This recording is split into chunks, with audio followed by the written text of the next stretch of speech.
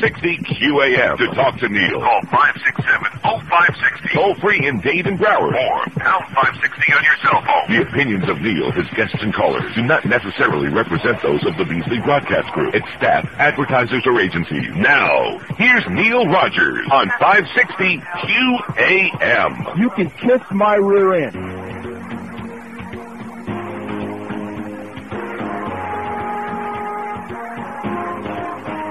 Oh, I'd like to know who won the election. Said I'd like to know who won the election.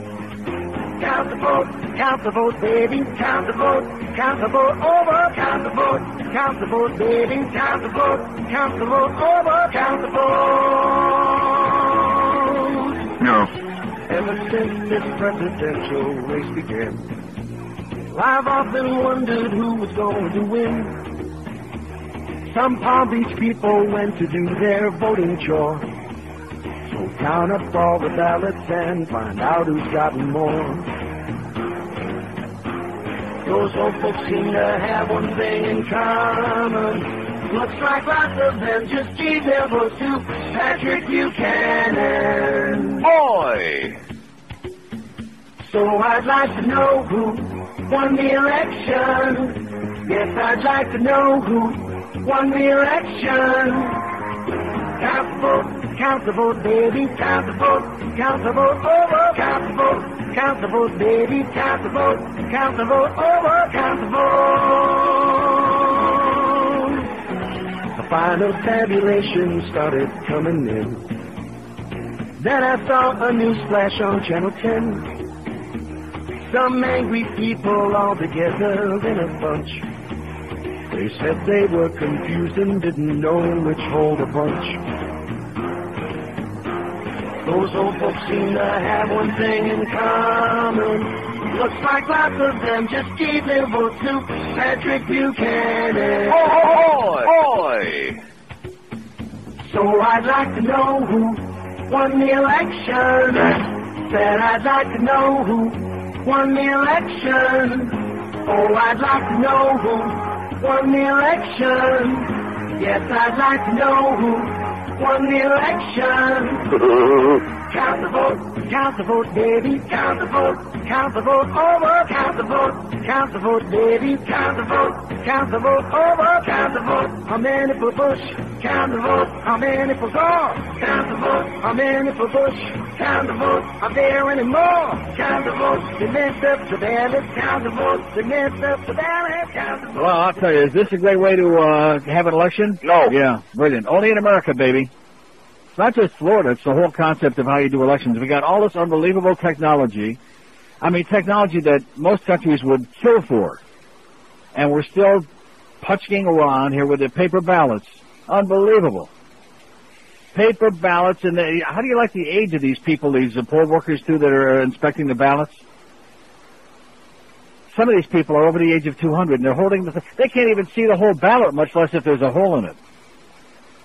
But the bloodless coup is well on the way, because while we're waiting for the federal judge to respond to the Bush lawsuit, now we got that bitch, Katherine Harris, up there in Tallahassee, Secretary of State, who just happens to be a close, not just a big Bush supporter, but real close with Bush, so to speak. That's the rumor we're hearing. And she informs Warren Christopher and James, it's those effing Jews down in Palm Beach that don't vote for us anyway, Baker. She informs them this morning that she's sticking to her 5 o'clock tomorrow deadline, and she will be certifying the Florida results by 5 p.m. tomorrow, because if they wait too much longer than that, they might get more votes in that actually put Gore ahead. It is absolutely mind-boggling. Proud to know that I made the Matt Drudge show. You know, Matt never met a fascist he didn't like. Paranoid. On Drudge's Sunday night radio show, Matt said that Neil Rogers encouraged people to vote hundreds of times for Al Gore. I am now officially part of the vast left-wing conspiracy to deny the shrub his rightful place as El Presidente. Nice going there, Matt.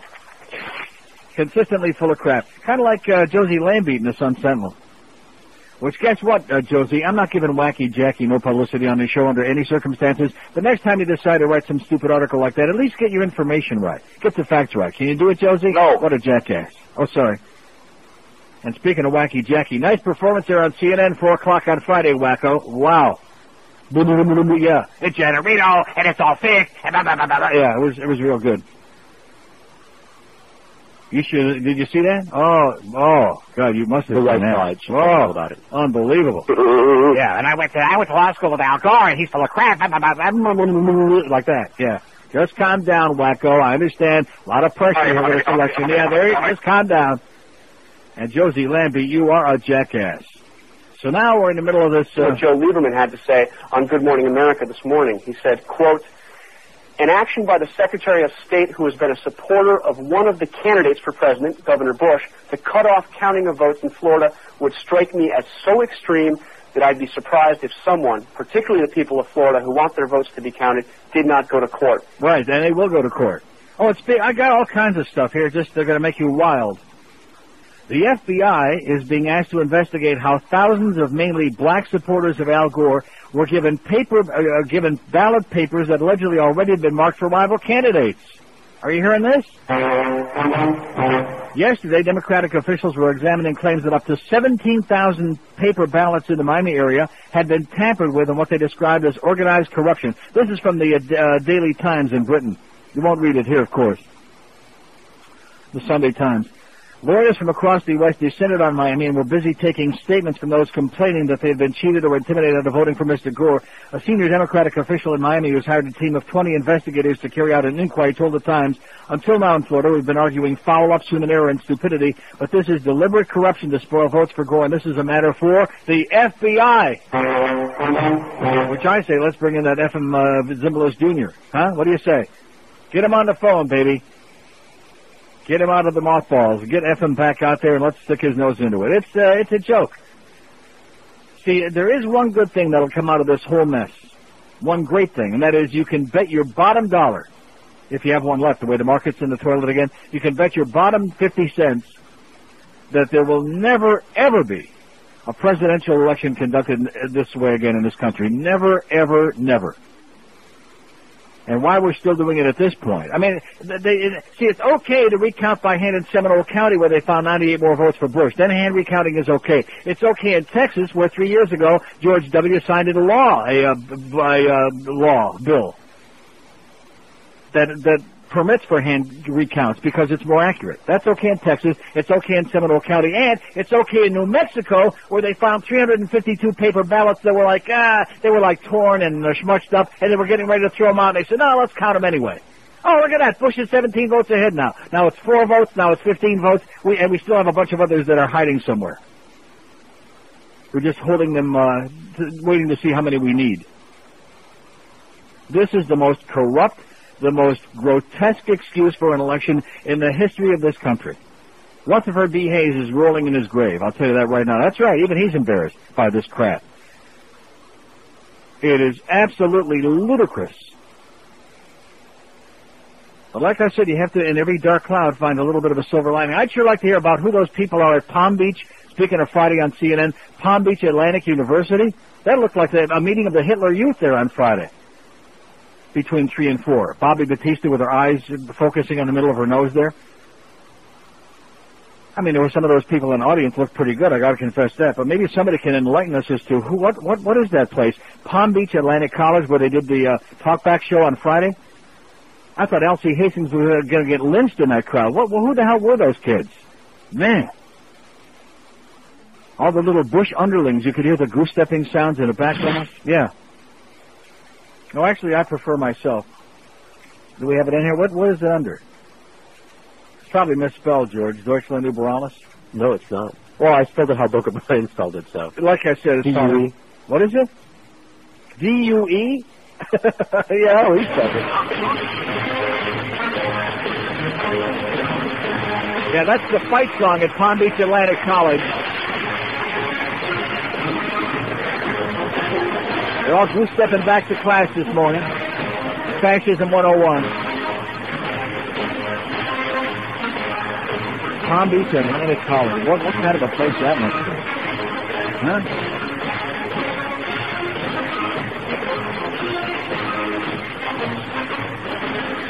Boy, today. And it's interesting, our poll that we took over the weekend echoed almost exactly, which is unusual for us, exactly the national polls. I mean, it was worded a little bit differently, but in essence it was the same thing. We asked, now that the Florida recount is finished, should Al Gore concede defeat? 72% said no and 28% said yes. Newsflash. Yes?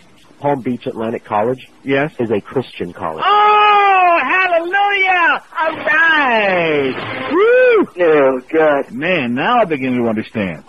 As an onward Christian goose-stepping soldier. All right! Up the aisle. That's starting to explain the whole deal to me. All you young Republicans, like Volker Bryan says. Oh. No portion of this program may be reproduced without the express written permission of WQAM DC Broadcast Group Incorporated. I like the wee-wee. Oh, I'm punching a hole for Ali the Miss, but I can't help but wondering what's the right hole.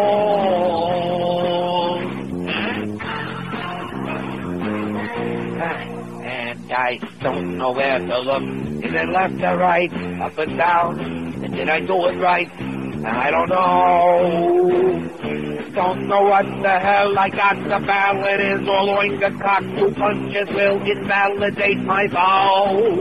Oh, I'm fixing the polls so my brother will win. Just like the third world country, like in Mexico.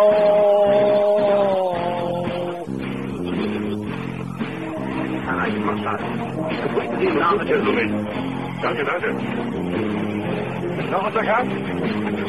Al frente, te voy a dar pasar. Cadroche.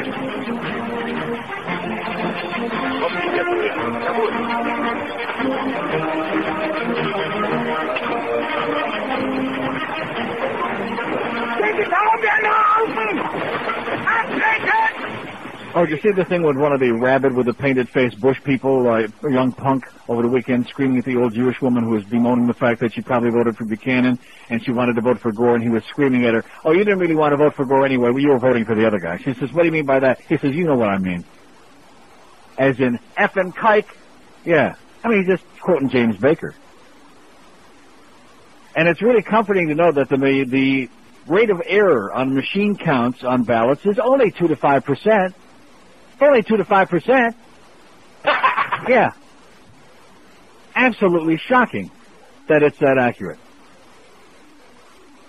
Can I ask you a question? What is it that I'm hearing? Is your TV on in there? What am I hearing in here? 567-0560, pound 560 on the AT&T and Verizon wireless line. Here's Plantation. Hello. Hey, Neil, 2 things, and we're not going to agree on this, but just my point of view.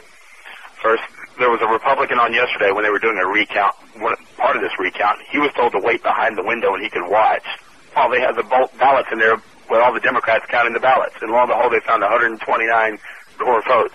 Wait a minute. They're not all Democrats counting ballots. What are you talking about? No, this guy, he was on national TV yesterday. He was livid. He said, I couldn't believe it. They said I couldn't even be in the same room as the Republican, but they put him outside. He said you could watch through a window. Where are you talking about? Where did this happen, supposedly? That was on the Fox News Network yesterday morning. No, but where was the counting? What counting are you talking Up about? in Volusia. No, you're absolutely wrong. The people that are counting, in fact, in Volusia County, it's 2 Republicans and 1 Democrat on their election board. You're wrong. There's no Republicans on the outside while the Democrats are counting. That's baloney. No, that's true. Get out of here. You're crazy. You know what that reminds me of? CNN, they've had all these millions of hours of crap going on.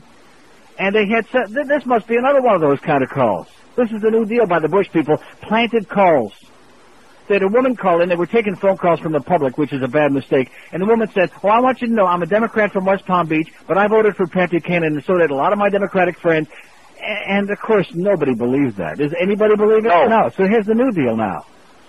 Only the Republicans. Anybody who watched 2 minutes, sir, of the news over the weekend sees that they've got a Republican, a Democrat, and they've also got Republican and Democrats standing over their shoulder, supervising and watching. And I'll say it again, in Volusia County, the elections board is 3 people, 2 Republicans and 1 Democrat. And this guy would have you believe it's only Democrats counting up there. The bad news for him, though, is Volusia County looks like they'll be done counting by 10 o'clock tonight. So that'll be certified, whatever they get done by 5 tomorrow. Now, isn't that interesting? You know, this is very interesting. All depending on what happens in court, because we have the federal court judge we're waiting for on the Bush motion, and then we got now the Gore people are going to go into court to appeal this thing with the Secretary of State, who just happens to be a Bush licker and a Gore licker. But wouldn't it be something if by 5 o'clock tomorrow they come up with about 300, 400 votes for Gore in Palm Beach County, and maybe in Volusia County another 300, 400 up there? But, of course, they always have the ace in the hole, those overseas absentee ballots, which we still can't get an accurate number of how many of those are out there. First it was 2,300. That seemed to be a fairly precise number, around 2,300. Then it was 3,000. Then it was 5,000. Now it's 7,000, just like the absentee ballots in the state of Florida. You are watching, I don't care what your politics are, you are witnessing right in front of your faces, right on national television, an attempt for a bloodless coup. The Bush people lost in 92. They want it back. Papa Bush, Dick Cheney, the whole bunch of right-wing fascists, they want it back by hook. And they're right. We stole it fair and square. We stole it fair and square. And don't forget what George W. told Al Gore when he called him back early in the wee hours of the morning on election night. My brother told me I won Florida. So there. Because the fix is in. And to watch this virulent, anti-Semite, bigoted piece of crap, James Baker, and I thought the veins are going to pop out of his forehead. He's getting so psychotic. And about how they want to keep counting and counting and counting till they get a result they like. But the hand count was fine in Seminole County. It was fine in New Mexico. It's part of Florida law. And it'll be just as fine and it's part of Texas law. And here's some even better news. ABC fires radio host Matt Drudge. Oh! When ABC hired cyber gossip Matt Drudge to host a syndicated radio show last year, some top executives led by ABC News President David Weston tried their best to block the move. Now the suits have gotten the last laugh. Although Drudge's program was picked up in 135 markets, including 9 of the top 10, ABC has just fired him. I see it as a punishment for daring to report on ABC's activities, Drudge says. The whole notion that this is political payback for my web reporting is an explosive accusation, but I'm willing to make it. ABC spokeswoman Julie Hoover says the decision was made by broadcast group President Bob Callahan with no involvement by parent company Disney. Sunday night talk shows are just not good business, she says. We're just not going to be in that business anymore. It takes up a lot of time but makes very little money. And this, thank God he got my name and call letters right last night, just in time before his last show on ABC. Bye-bye. As John McLaughlin would say, bye-bye, Matt. Well, Matt. 567-0560, pound 560 on the AT&T and Verizon wireless line. Well, that first call, got to be another one of these setup calls. Is that what we're going to be getting all week? Uh-huh. Hey, that's fine with me. I can handle it. Oh, yeah, the Republican was made to stand outside the window while the Democrats were sitting there counting the ballots. Right. Come up with another good one, pal. Call me back a little later. See if can you top this. Here's a mobile in Port Charlotte. Hello. What's up, Neil? Yes, sir. I have 2 questions for you. Maybe I'm just really stupid. You know, you're funny, and I think you're pretty intelligent. I want to know if you can explain something to me. How is it that counting every single vote and making sure that they're correct and everybody's vote is counted, how is that going to hurt a democracy? No, it's not a question of whether it hurts a democracy. It's a question of whether it hurts Bush. And the fact is he's ahead by 288 right now, and that's why they want to cut it off, and that's it. And that's why they're sticking with this deadline tomorrow, because the Florida statute says this, and yada yada. And, of course, they don't understand that we have an extraordinary situation here right now, and they could easily extend it based on that without any opposition from any rational person. But like James Baker keeps saying, let's wrap it up right now because we're ahead. Right, and my second question is, if, let's say for some reason, Gore would have won Texas, or let's say the same margin that Bush won Florida, and Ralph Nader, for some reason, got 10% more votes than he was supposed to in Texas. Does anybody honestly believe that Bush wouldn't call for a recount in Texas? Well, I mean, forget about Texas. It's the same thing here. If Gore was ahead by 288 votes right now, they'd be screaming bloody murder about how they want to recount it because there's hanky-panky going on, et cetera, and so on. I mean, the fact, let me say like I told you last week, the fact that Karl Rove and these other people keep lying and keep using statistics and manipulating, keep telling you about the butterfly ballot in Chicago, which was not used in the presidential election this year. In fact, the Chicago officials they had on there, in fact, William Daley talked about it. They only use that for judicial elections.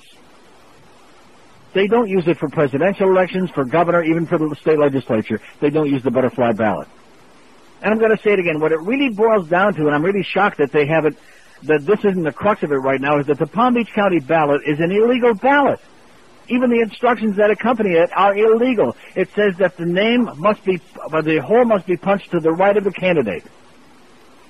And it also says vote every page. And if you vote every page, that means you double punch, your ballot gets thrown out. It's an illegal ballot. But don't confuse these people with the facts. Well, if people made a mistake, too bad, they're old, they're stupid, whatever. Yeah, because they're ahead. And I'll guarantee you, the same people that are screaming bloody murder right now, like I said, if Gore was ahead by 288 votes, they'd be screaming left and right. Oh, no, we don't want no deadline. We want to keep counting until we get the right number. That's our poll question today, by the way. I know how I'm voting. Will we ever really know who won this election? Yes or no? Very simple question. Do you think we'll ever really know who won this election? Yes or no? What do you think? 2 to 5% error rate on machine counting of paper ballots. And we're supposed to be happy about that. That's supposed to be good. Well, we have these states, the margin in Oregon's about 5,200. In Wisconsin, it's about 6,000. In Iowa, it's less than 6,000. New Mexico, it's supposed to be 17 until they can unfurl and find a whole bunch of other ballots they can stick in there, depending on who winds up getting them. And we're supposed to believe this is the way to elect even a dog catcher? No. I don't think so.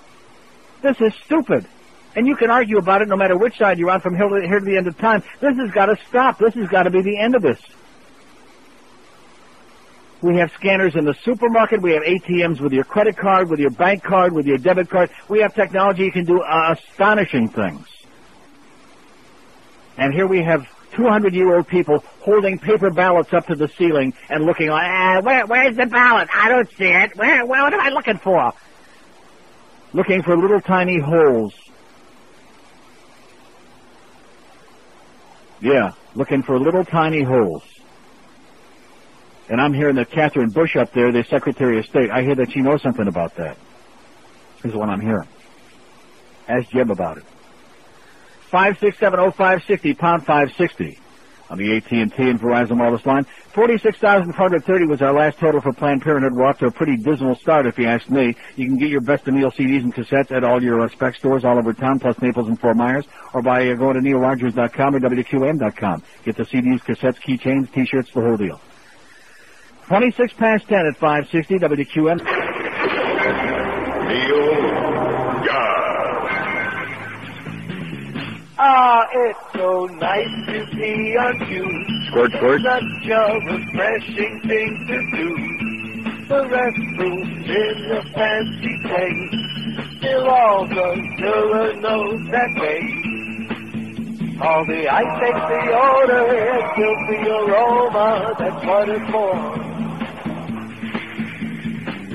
When I'm whizzing around, being on those cubes, I try to melt them all down. Like they're the enemy in wee war.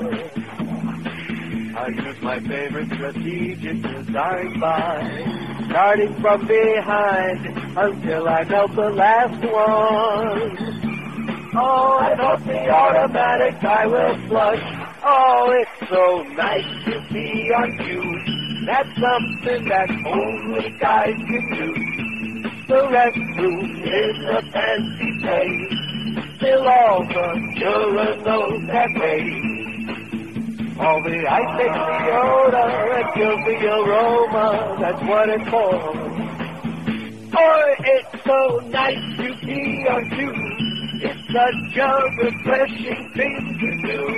Oh, it's so nice. 1032 at 560 WQAM. 5670560, pound 560. This, I've always said it when we take these polls, you people have got a great sense of humor.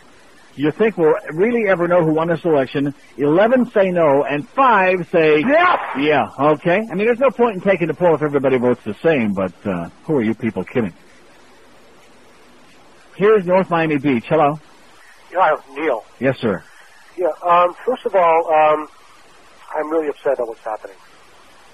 and I'm sure a lot of people are. But let's just, first of all, okay. The thing I heard this morning was I was watching TV, and they were talking about how much integrity and how wonderful the Bushes are. Mm-hmm. I thought that was a bunch of schmidt. And then I heard this bombshell. And then the first thing I did was just to confirm what I already knew about who this woman works for, Secretary of State works for. I called Tallahassee, and she reports directly to Jeb Bush. Uh-huh. Of course. Now, she is a Bush campaign worker. She's big on Bush. Exactly. I've been following this whole thing very closely from the beginning, and yeah, I've been upset, and yes, I've been knowing what's going on more than probably most people. But personally, I'd rather them go and dig up Norton Charles and restate him as governor and have Jeb Bush. Yeah. One more minute. Well, he's done. I said that last week. Jeb Bush is finished. You can't complain about his political career. It's over. I can't believe. Okay, hopefully that, even if he does manage to get his brother in here this time, first of all, his brother be a total lame duck president, number one. And number two, people's memories aren't going to be that short. The public knows that this man is participating. And in fact, don't you remember what George W. told Gore? He said, my brother told me I won the election. Yeah, I remember that. Yeah, he told me. I mean, makes it it so ludicrous. I'm sorry, go ahead. Okay, have a great day. Calm down. A little bit distraught. Here's Coral Gables. Hello. Two things about machine voting. Hello? What is it? Two things about machine voting. Yes, sir. Presently, with computers, internet, and all that some people are suggesting. No, nobody's suggesting the internet. I don't mean you. I mean nationally. No, it's ridiculous. Okay. The Russian mafia, which we've got some of here, and the people in St. Petersburg are expert at breaking into anything. They got into Microsoft, they've gotten into the Pentagon. Uh-huh. That wouldn't be safe either. And in the past, those voting machines we used to have where you pull down a lever, there was a big scandal about rigged vote totals on those sometime here in the past. I think it was Brothers Collier that wrote a book. Maybe Sam Collier. I don't know if you've been here long enough to remember something about that. They're dead now, but it was some big scandal in the past. So machines aren't a salvation in themselves.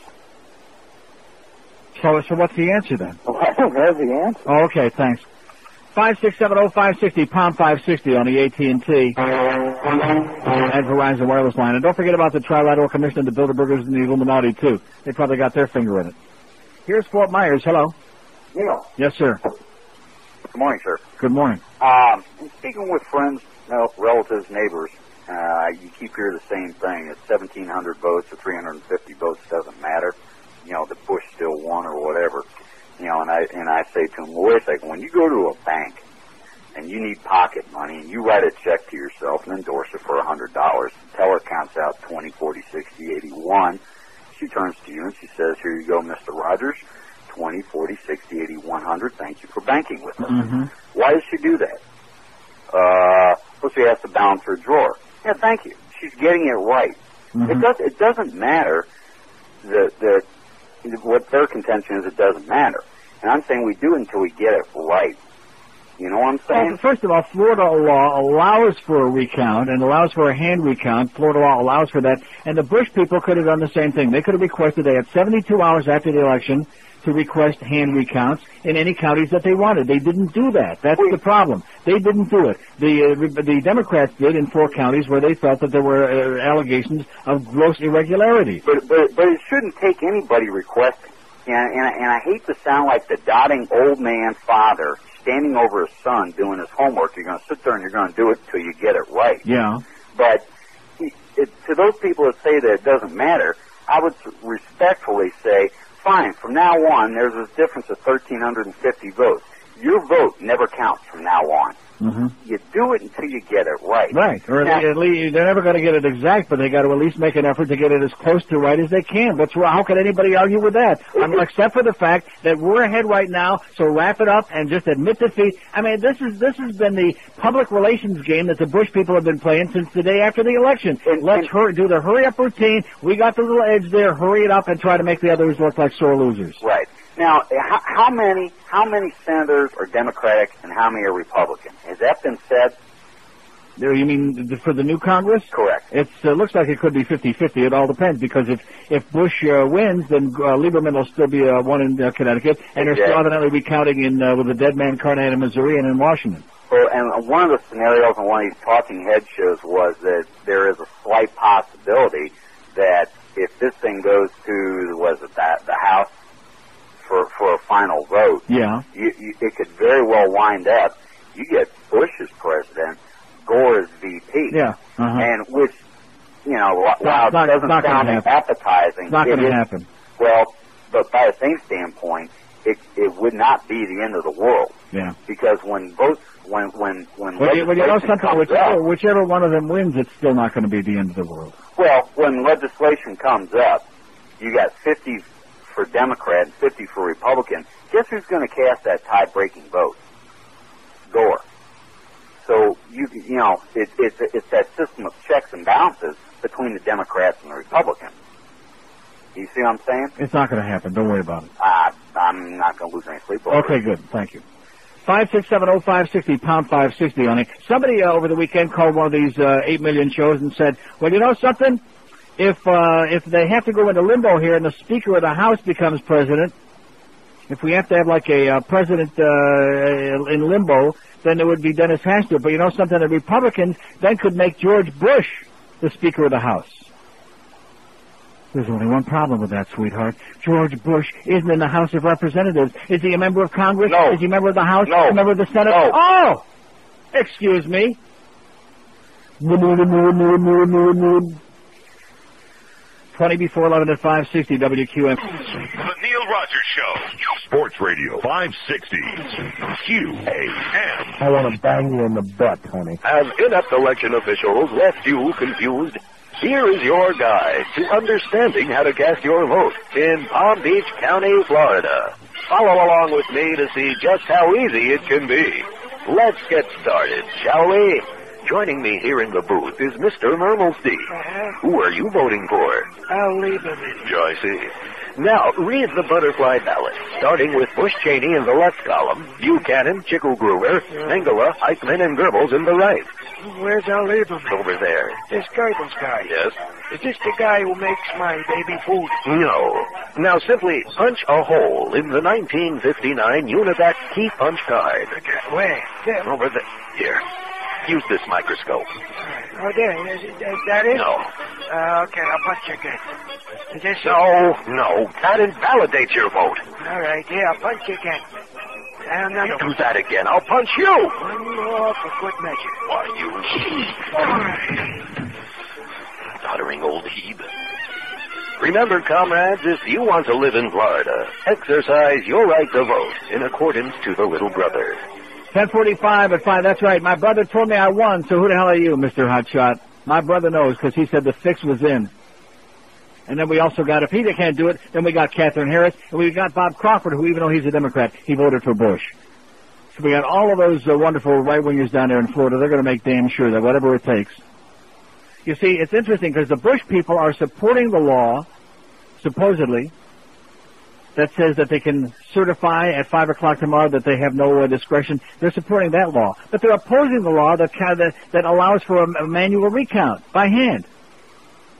So whatever Florida laws they like that are expedient to them, that they have their 288 vote lead, then they like those Florida laws. But the laws that are not expedient to them, that may actually take the lead away from them, we don't like that one. So we're going to court to try to get around it. But don't you understand, this is the guy that was going to bring honesty and integrity and morality back to the White House. Here's Fort Lauderdale. Hello. Hi, is this me? It sounds like you. Yeah, I was interested in the concept that Bush looks in the camera all the time and he says, I trust you, they trust big government. And it's, of course, as you said, Bush going to the federal government now to attempt to change it. Also, Neil, they had a Stanford math statistician on, and the probability of the Buchanan vote being accurate... less than 1 in a trillion. 1 in a trillion. Well, I just suggest to the Republicans that don't know what a trillion looks like, it's 1 with 12 zeros after it. They know what it looks like because that's the budget deficit that they're going to give us if he gets in. No, you got that right, Neil. What I wanted to say was my wife, who was not a spastic senior, voted, and I hadn't heard this mentioned before, but interestingly, the part of the metal little thing that you perforate the ballot with snapped off while she was voting.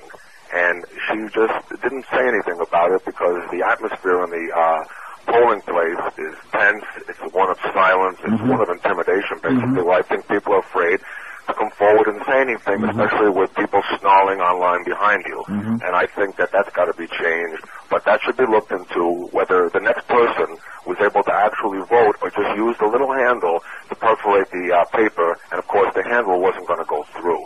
So we've got some problems. Thanks a lot, Neil. Okay, good luck to us. 74 votes already. Do you think we'll ever really know who won this election? 51 no, 23 say yes. Yeah, sure, we know. And you know how they know? Because Jeb told them. He told them the fix was in. What a joke. I mean, I don't care at this point. I mean, I'm not saying I don't care personally, but regardless of who winds up being declared the winner, the notion that we really have any idea how many real votes Bush got or Gore got. And, of course, who's getting off the hook, and who did they have on there again last night? And he's still talking crap. He's still on his ego trip. Ralph Nader, who took nearly 100,000 votes in the state of Florida. And all you Nader people out there, I hope you're real proud of yourselves. Let me say it again. Let me ask the musical question. Did they get their 5% vote nationally? No. Are they going to get their $12 million in federal matching fund? No. No. Did they screw up the election here in Florida and cost Gore the presidency? Probably. It looks that way. So there's Nader still spouting the same arrogant, egotistical crap, totally unrepentant, totally without any kind of anything. He's just all wrapped up in himself. And you know what I forgot to mention? This was supposed to be the first thing I was going to mention today. You know that bandage on the side of Bush's face? The infected boil? That gigantic boil? Well, don't you remember in the Bible about the boil? Yeah, I said that to the wife over the weekend. Let me tell you right now, ladies and gentlemen, the hand of God came down from heaven and struck W right on the cheek and gave him that boil and said, how dare you try to steal the election? The frogs are next. That's right. Wait till those goddamn frogs start jumping out of his rectum. Oh, my God. Oh, the French Canadians are voting? Here's Sunrise. Hello. Hey, Neil, how you doing? Okay. We're never going to know who won this election. It's a mess. It was Gore. It's a joke. If you could wave a wand and get rid of all the kinks, I think it would be Gore, but at this point it's just a knife fight. Yeah. And that's basically it. The people who talk about the dangers if you have computer voting, look, it couldn't be any more ridiculous than what we have now, where you can just physically destroy ballots, conceal ballots, pre-punch ballots.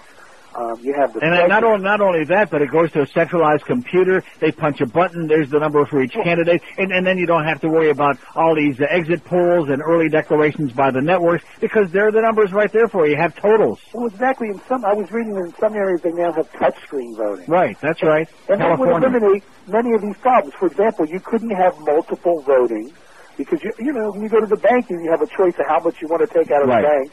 You can only press one number. Anytime you press one, it switches the other. And if you did press two, it would say error and do it again. Right, and you could have your choices confirmed to you on screen that's right. before you submitted them.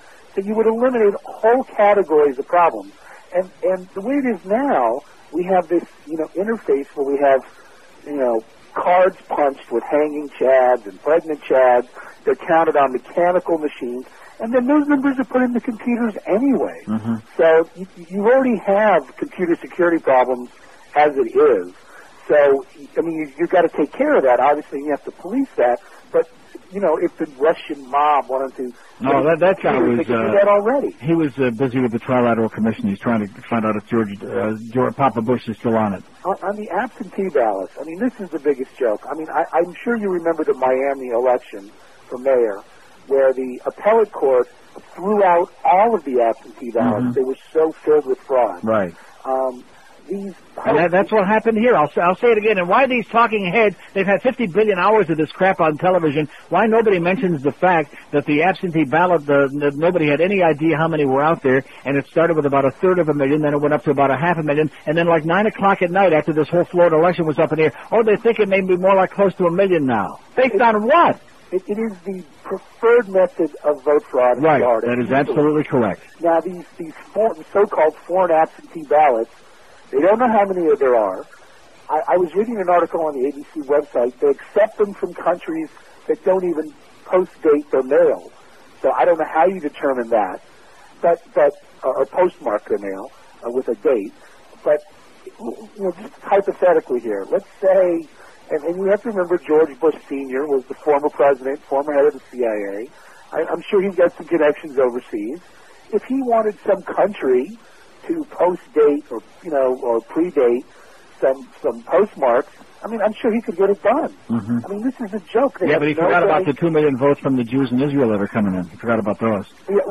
Well, but there could be maybe a few more coming from Germany to counterbalance. Yeah, could be. Or whatever the Bushes. And the Bushes got their fingers in South America, Central America. It's a total joke. That there has to be... Okay, gotta run. A few days ago, they couldn't have imagined doing, so it's possible we could end up here in Iowa. Now, in about an hour's time, they'll start the canvass here in this particular county, but what is the mechanism by which this recount could come off here in Iowa if it does come off? Well, each of the 99 counties over the next day will conduct their canvass, which means they'll basically go back over the vote totals and make sure everything adds up. Once those have been certified, then the presidential candidates, if they want to contest any of the counties, will have to write to each of the 99 counties requesting a recount. So this would not be a statewide recount. It would be county by county, correct? It would be county by county, and the candidates could pick and choose which counties they wish to contest. Now, how could the Bush people support that? Just like how can they support the one that happened in Seminole County where they picked up 100 votes? And how could they support the one in New Mexico where it gave them 4 electoral votes for the time being, maybe, when they're against the one here? Shut up. They're picking and choosing. Wherever they're ahead, it's okay. And if they're behind and they might gain the advantage, then it's wonderful. They love it. Talk about talking out of both sides of your mouth, or whatever body part it's coming from. But these are the people that were going to bring morality and honesty and decency back. Is there anybody who's honest who believes that? No. They stole it fair and square. Don't you get it? Here's a mobile in Miami. Hello. Yeah, Neil? Yes, sir. Good morning. You just made my point. My point was, how can James Baker and the Republican Party have the nerve to go to federal court to block the recount of the Florida votes when Bush just signed into law in Texas a law ordering manual recounts on close elections? Right, that's correct. And how could they have a recount in New Mexico, and then as soon as there's 17 votes ahead, get an injunction to seal off all the votes so there can't be another recount? That's right. They've impounded all the ballots. They got state troopers in there guarding to make sure that they don't find any more that they don't like. And who knows what's going to happen with that. Can't everybody see the hypocrisy of the Republican Party on this thing? No, not the Bush people. You don't understand. They've got God gave them the right to have this, and we should just wimp out and walk away and hand it over to them. And isn't it scary seeing these dinosaurs like James Baker coming back to life again? Not only that, but based on his anti-Semitic comments from 8 years ago, you can only imagine the kinds of things that are being said behind closed doors about those effing Jews, the old Jews down there in Palm Beach County. And they must be rubbing their hands together in glee with the fact that they created all this confusion down there. Oh yeah, when they were showing George Bush on the election eve with his parents in the governor's mansion in Texas, I was just thinking to myself, what a bunch of Jew-haters. Yeah, you got it. Okay, thanks. Okay, good luck to us. And let me say it again, the Palm Beach County ballot is illegal, but nobody seems to be paying any attention to that. It's illegal. I've heard many people say it over the weekend, but nobody wants to address it in court or anywhere else. It's an illegal freaking ballot. And keep in mind, if the courts don't side with the Gore people on the appeals that they're going to make on this, on Katherine Harris's ruling about certifying by 5 tomorrow, and if they certify the Florida vote by 5 tomorrow, and since we're just about positive that the overseas ballots, which have to be counted all by Friday, are going to favor Bush, that's it. That's it, baby. There's the end of the heist right in the broad daylight, right in front of your face, 5 p.m. tomorrow, possibly, unless the court overrules her. 10:56 at 560 WQM. Sports Radio 560 WQAM Miami, Fort Lauderdale, a Beasley Broadcast Group station. WQAM.com for the world. Gordon gives South Florida a major blowjob. Hello, Americans. I'm Paul Hartley. You know what the news is. In a minute, you're going to hear the worst of the story. It's 11 o'clock at 560 WQAM. I think we're already hearing the worst. Here's a mobile in Kendall. Hello. Hey, Neil. Yes, sir. I like your show. I was up at the Cape Kennedy Space Center. I was in one of the specs there, and I was asking for your CD. Yeah. They said they never heard of you. Well, they're not up there. Not up there? Why the hell would they have it up there? I figured they might have. You got all the specs in Florida. No, South Florida, Palm Beach, Dade, Broward, and even over on the West Coast in Naples and Fort Myers, which they also never heard of me, but they do have them. I was also in Miami Beach, and I didn't. I saw the CD, but I did not see your keychain. Because the keychains aren't in the stores. They ain't? No online? Online. Got it? Got it straightened out now? Mm-hmm. Okay, good. Oh, I got a keychain for you over here. Yeah, there you go. Don't take that personal. It just happened to come up in the rotation. 5670560, pound 560 on the AT&T and Verizon. Well, what's Bill Hummer saying? Remember, they were set to do their recount and hopefully wanted to finish it by later tonight. Right. They have gone to U.S. Circuit Court here in Leon County. That's where Tallahassee is located. Yeah. They're looking for an extended deadline past the 5 o'clock statute that states tomorrow 5 o'clock for all counties to report the results and get certification for the votes that have come in. Now, Volusia County is going to court. That was anticipated because they talked about it this past weekend. In Volusia County, they have about 180,000 ballots to get through.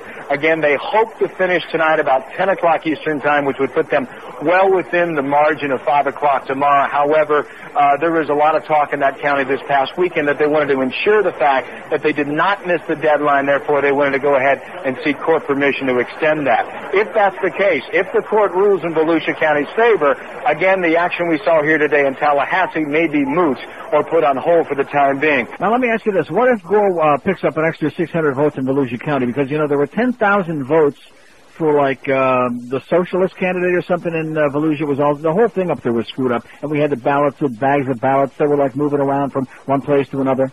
See, that's another thing about paper ballots. Oh, well, there's a box of them at some church somewhere in Miami, and there's a bunch of bags, and then there's a bunch of boxes that they're driving them around trying to find where to take them on election night. I mean, does anybody have any idea what's happening to those ballots en route from point A to point B? No. Can anybody be absolutely sure? No. No. So anybody who supports the idea of voting by paper ballot, then you support voter fraud. You must like voter fraud. And I guess if it comes out, whatever the election is, like maybe this one, if it comes out the way you want it, then you endorse, you support voter fraud. And of course, in Florida, why not? Because we have a long, rich tradition of that here. I really wonder how many dead people voted in Dade County this time. And you do realize they're not meeting until tomorrow in Dade County to decide whether they're going to go ahead and do the manual recount anyway. Do you understand what we're talking about? Palm Beach, Broward. Now, Broward's doing 3 precincts today. But Palm Beach, Broward, and Dade, if they were all going to go ahead and do the manual recount, which Palm Beach has already voted to do it, do you have any idea how long that's going to take? A long time. Here's Tampa. Hello. Yeah, Neil? Yes, sir. I got bad news for you. The Speaker of the House does not have to be a member of Congress. I'm looking at it, Thomas Jefferson's manual, Section 9, under Section 312. So they can elect anybody Speaker of the House. So if they want to pull that stunt that you did. They could elect George Bush the Speaker of the House? Yes. I would fax it to you. My fax is How could they do that? Does that make any sense to you? No, it doesn't, but that's the rules. I'm looking at it. Yeah. Sorry. The other part is Katherine Harris. Did you follow her election up here? Did I follow her election? Yeah. No. When she was followed, she had 5 people give illegal campaign contributions to her. All right. Great. And 5 of them went to prison. 2 of them were Devil Ray owners. Thanks for the good news. No problem. Okay. Nice going there, Katherine, who never met a Bush that she didn't get enchanted with. Maybe she's got something in common with Janet Reno. 5670560, pound 560 on the AT&T and Verizon wireless lines. 139 votes. Do you think we'll ever really know who won this election?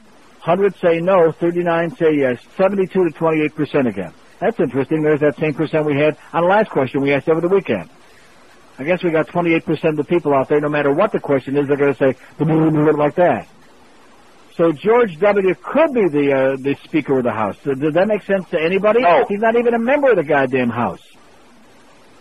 And especially with that big boil on his face, who the hell would want to have him in their house anyway? Here's Orlando. Hello. Yeah, Neil, just a quick little trip back here to Volusia. There was a precinct 305, 310 votes that was not counted on election night because the machine jammed and they turned it off and then it reset to 0. Now they hand counted it and it's 181 for Bush, 129 for Gore. So I was wondering if the Bush people would want to count that one. Now, say that again. I missed the whole last part of that. They counted what votes? There was a precinct 305 that was not counted because the machine jammed. Yeah. So they hand counted that precinct now, and it's turned out 181 for Bush. Well, how do you know that? It's in the Orlando Sentinel today. But I was wondering if the Bush people would want that precinct to be counted. And what county is this in? Volusia. How can they be releasing partial? I thought that the Democrats and the Republicans both said yesterday they don't want to release partial numbers. It's in the Sentinel. The thing that's disheartening is the 10,000 votes that were switched from Gore to the socialist candidate in Volusia. Uh-huh. If those ballots were destroyed, then those 10,000 votes have disappeared, and that's a reality there that may come to fruition. Katherine "Cat" Bimbo Harris, she has demanded certification by 5 tomorrow. By the way, that is where the jabber is now governor. He's the governor of the Secretary of State's office. She's his puppet. Right. She's done that for 2 reasons. Obviously, they want to stop this because they're afraid they're going to lose. But this also forces Democrats to file a lawsuit. So now they can say, well, look, they're in the courts too. No, that's okay. Yeah, well, I mean, if they want to be childish about it, who was first? You know, if the Republicans went to federal court first, I mean, who cares about that? So I guess the Bush people will want that hand-counted precinct in Volusia now. In addition to which, keep in mind, it's always the Republicans, the Bush people, are saying, oh, states' rights, get that. We don't want that big government. Local control unless it's not for us. That's right. Thanks for the bad news. Okay. Chicago Tribune says Seminole County allowed Republicans to alter more than 4,700 absentee ballot requests in order to fix a printer's error several weeks before the election. We're talking massive voter fraud in this state. Don't you understand? They stole it by hook and by crook. They stole it fair and square. And now, if you got any brains in your head, now you understand why the networks were reporting, every one of them. The exit polling showed very clearly that Gore had won the state. That the polls the last day before the election showed Gore was 4 to 6 points ahead in Florida.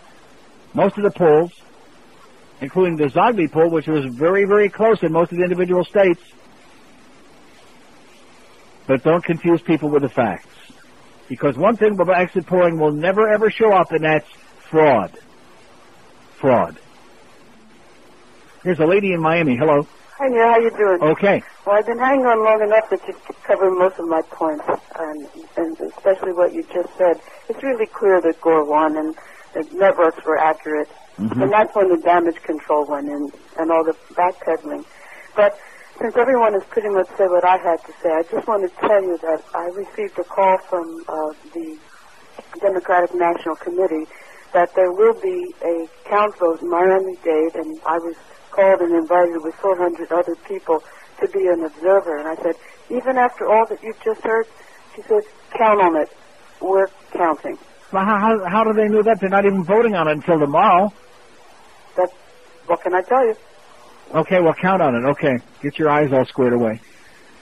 You believe that, George? We got stories, baby. Come on, make up some stories. We'll listen to you. We don't care. I don't. At this point, I'll listen to anybody. It kills 4 good hours. See, this is bad for democracy, but it's great for talk radio. Yeah. Phones are smoking. Too bad that line 5 never got fixed, Bluff. Because I'm sure that line would be smoking like the other ones, too, and who knows what effect. You know, I don't want to start pushing. This place is just indescribable. It's mind-boggling. this recount at the Emergency Operations Center. They want to keep it all in one big room so that there's no possible problem with anyone concerned about mischief going on, so that the people that are watching over this can all be right there in one room. They haven't decided on whether they're going to start because of what's going on in Tallahassee right now with the Secretary of State and the 5 p.m. deadline. Also in court, here's a stack of paperwork I have. 5 individual lawsuits. The chief judge here in the circuit in Palm Beach has decided they will all be consolidated. He's consolidated them into one suit. One judge will be handling all this later this afternoon. Judge Stephen Rapp at 3:30 this afternoon will begin to hear some motions in the 5 individual cases brought. Of course, Palm Beach County is still here from last Thursday under an injunction, temporary injunction, to stop from certifying the election here. And joining us now, Carrie Carpenter, and you are... Karen Carpenter, look at that. She never looked better. Nice going, Karen. Yeah, she stopped for a Big Mac on the way over there. She looks a lot better. 10 past 11 at 560 WQ. Florida sucks. So this is Andrew Neal, and I was calling today to tell you about AT&T's newest calling plan that can simplify your calling and reduce your phone bill. Wait, who are you again? AT&T. AT&T, and you're calling for what? To tell you about our newest calling plan. Your newest calling plan? Yes, sir. All right, go ahead. Okay. Well, here at AT&T, like I said, we do have new calling plans that can simplify your calling and reduce your phone bill. If you don't mind me asking, what... Hello? You don't mind me, I'm on the toilet while I'm talking to you. Oh, okay. What current long distance carrier do you... What's your question again? What current long distance carrier... Hello? Do you have? We must use AT&T, I don't know. Okay, so would there be a better time for me to call her back? What? Would there be a better time for me to call her back? No, you gotta talk to me because I have the phone here in the bathroom and I don't want to get up and hang it up, so keep talking to me, all right? Tell me more about your deals. Okay, so you say you think you're with us here at or maybe MCI or Sprint? What? What? So you think you're with MCI or Sprint or AT&T? Something like that. Something like that? Okay, do you know what kind of rate you're currently getting? Hello? Do you prefer to roll it up or do you want it? Here, you start. Can you say that one more time? Oh, I'm making a poopy. You make a poopy?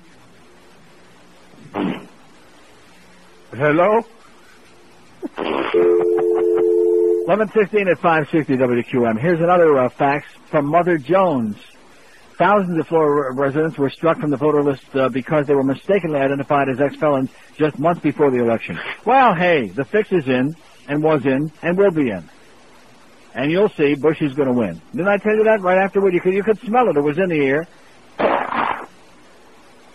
Here's Fort Lauderdale. Hello. Neil, is that me? That's you. Good morning. I've never called you before, but I'm so pissed off about this election, about something that nobody's talking about this. Yeah.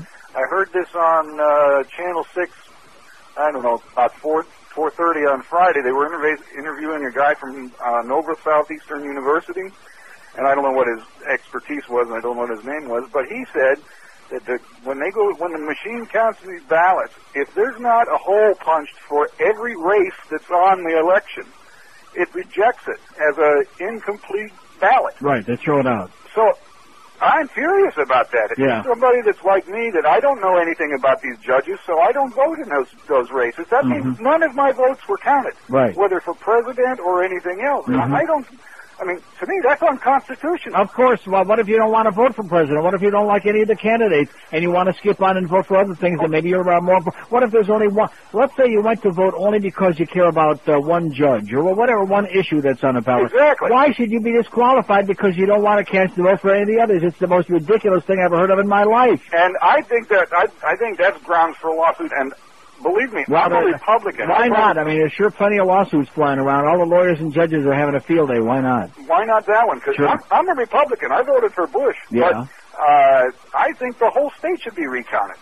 Because they keep saying they had like 9,000 rejected votes in Broward and something like 20,000 rejected in Palm Beach. Mm-hmm. Those are all if they're like mine. Actually, it was 30,000 in Palm Beach because when you 19,000 was just the overvotes. The overs and the unders were almost 30,000 just in Palm Beach County. And I think they should and the other question, if they find a ballot where it's double punched, are they kicking the whole ballot out? What happens to the people's votes in the other races besides the president? They get thrown out. That's ballot gets thrown out. And keep in mind what they're finding so far in the manual recounts has been that the majority of the double punches were Gore and Buchanan. That's probably true. Yeah. But just because somebody's too stupid to vote correctly in one race doesn't make their other votes invalid. Yeah. Well, there's that point that you bring up, and also a question about whether the ballot was legal, which I'm not no expert, but it sure as hell doesn't look like it. Okay. Good luck to us, pal. All right. Bye. I'll see you at the airport. I'll see you in the overseas section. 5670560, pound 560 on the AT&T and Verizon wireless line. I'll tell you one thing, boy. There's a passport office right there in Miami. I'd be on the phone right now and get my application if you don't have your passport or if it expired. I'm just suggesting that. I'm not saying that anybody ought to be in a panic, but we do have what amounts to total fraud in this election. We have the right-wingers trying to steal it away. They lost fair and square. They lost the popular vote. They lost this state. It is very clear by any standard that they lost this state by thousands and thousands and thousands of votes, and yet somehow, miraculously, they have managed to manipulate between the governor of this state and the secretary of state and the agriculture commissioner and all these other goyim. They have managed to manipulate this into, hey, guess what? We won. We're calling it all off right now. That's what Jimmy Baker says. And he says, F those Jews anyway, in case they didn't hear it the first time. Here's Aventura. Hello. Yeah, Neil. Yes, sir.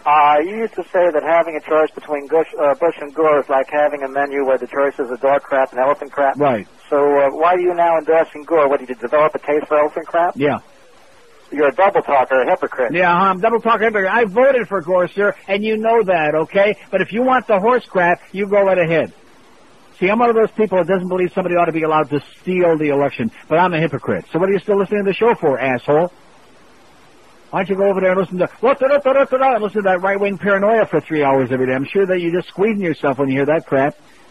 You want to hear somebody just to reinforce your own beliefs? Fine, you're not going to hear it here. And I still stand by what I said. They're two crappy candidates, and you know something? That's why the election was so close. America couldn't decide between crap on the one side and more crap on the other side. Not to mention the two vice presidential candidates. I don't know what kind of animals you'd pick for those. Of course, in Lieberman's case, it better be kosher. Here's Boca. Hello. Hello? It better not have a cloven hoof. Yes, sir. Yes, how you doing today? Okay. How's everything? Okay. Okay, a question and a comment. My question's regarding the 5 p.m. deadline tomorrow. Uh-huh.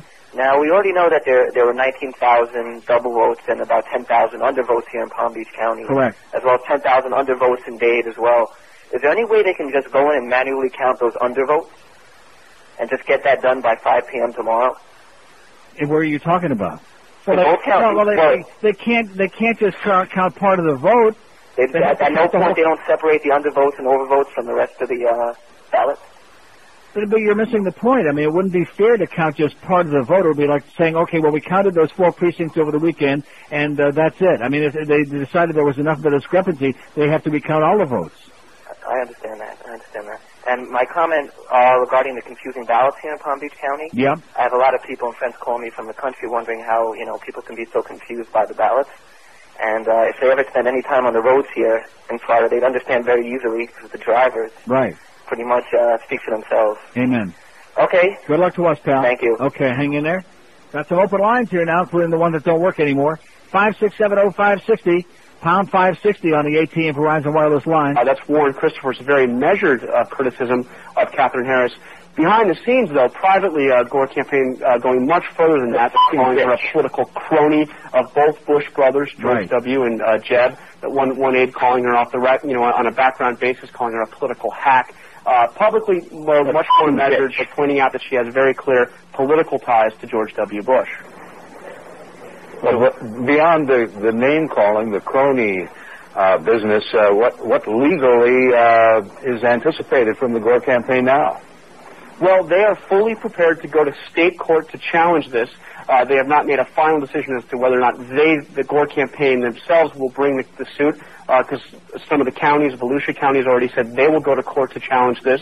But they believe that she is, could have discretion, that if she wanted to, she could simply say, extend the deadline until the counties have finished their hand count. They think that it's simply... the interesting part of this is they can't declare a final winner until Friday, because by law, 10 days after the election, which would be this Friday the 17th, the overseas ballots have until that time to be counted. If they're received by 5 o'clock this Friday, I believe is the time. So what could possibly be the harm extending the recount until Friday at the same time? What could possibly be the harm except for the obvious fact that, well, let's go by the letter of the law and close it down now because we got it. We got 288 votes ahead, and screw you. Here's a lady in Palm Beach. Hello. Hello, is that me? That's you. Hi, I just have 2 comments to make. I'm one of the people who used one of these screwed up ballots. Uh-huh. They were misaligned, and I want to see somebody investigating the printer in Tallahassee. Also, my second point is the driver's license registrations that people made in plenty of time that never came through. Mm-hmm. And they showed up at the polls and they weren't registered to vote. Mm-hmm. Those are just my 2 points, that's all. Okay, good luck. Very suspicious. Good luck. Thanks. Okay, like I said, I'll see you at the airport. 5670560, pound 560 on the AT&T and Verizon wireless line. Out of town, 877-785-6345. 11:25 at QAM. The Neil Rogers Show. Sports Radio 560 QAM. Anybody have a heart or a liver?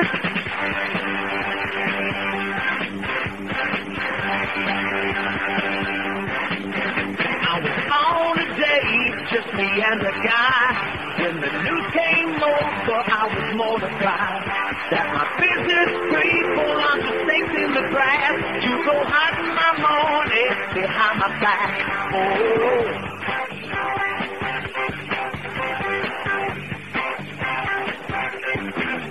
Yeah, those guys in suits, oh, they didn't steal. They're as trustworthy as my hair is real. I nearly slipped my wig when I heard those facts, but my toupee held up thanks to glue and straps.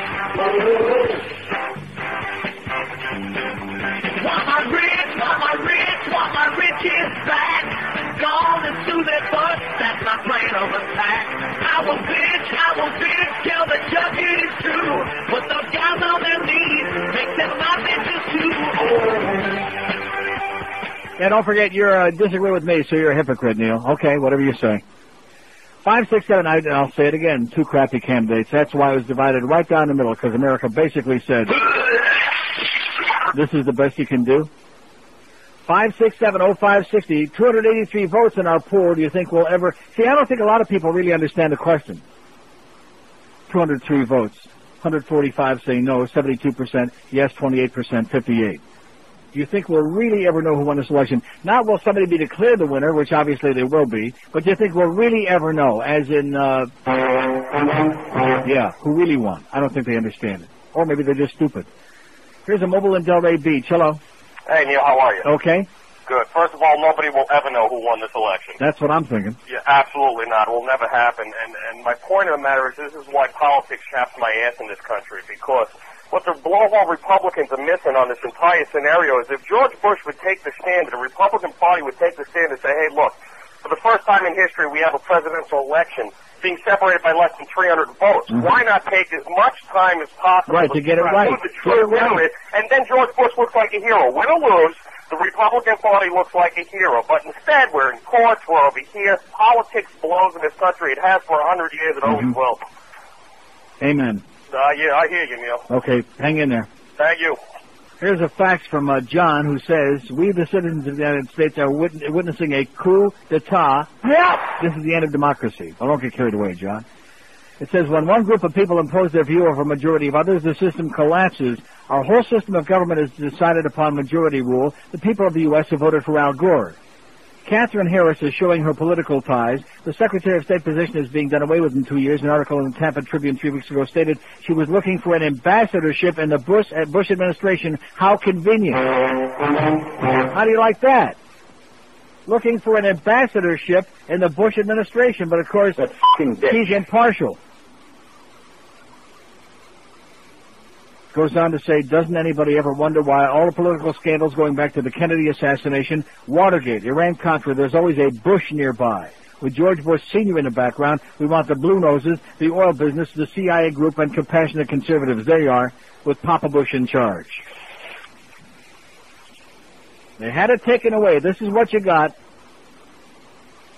A major power struggle between the rich and the ultra-rich and the even richer than that.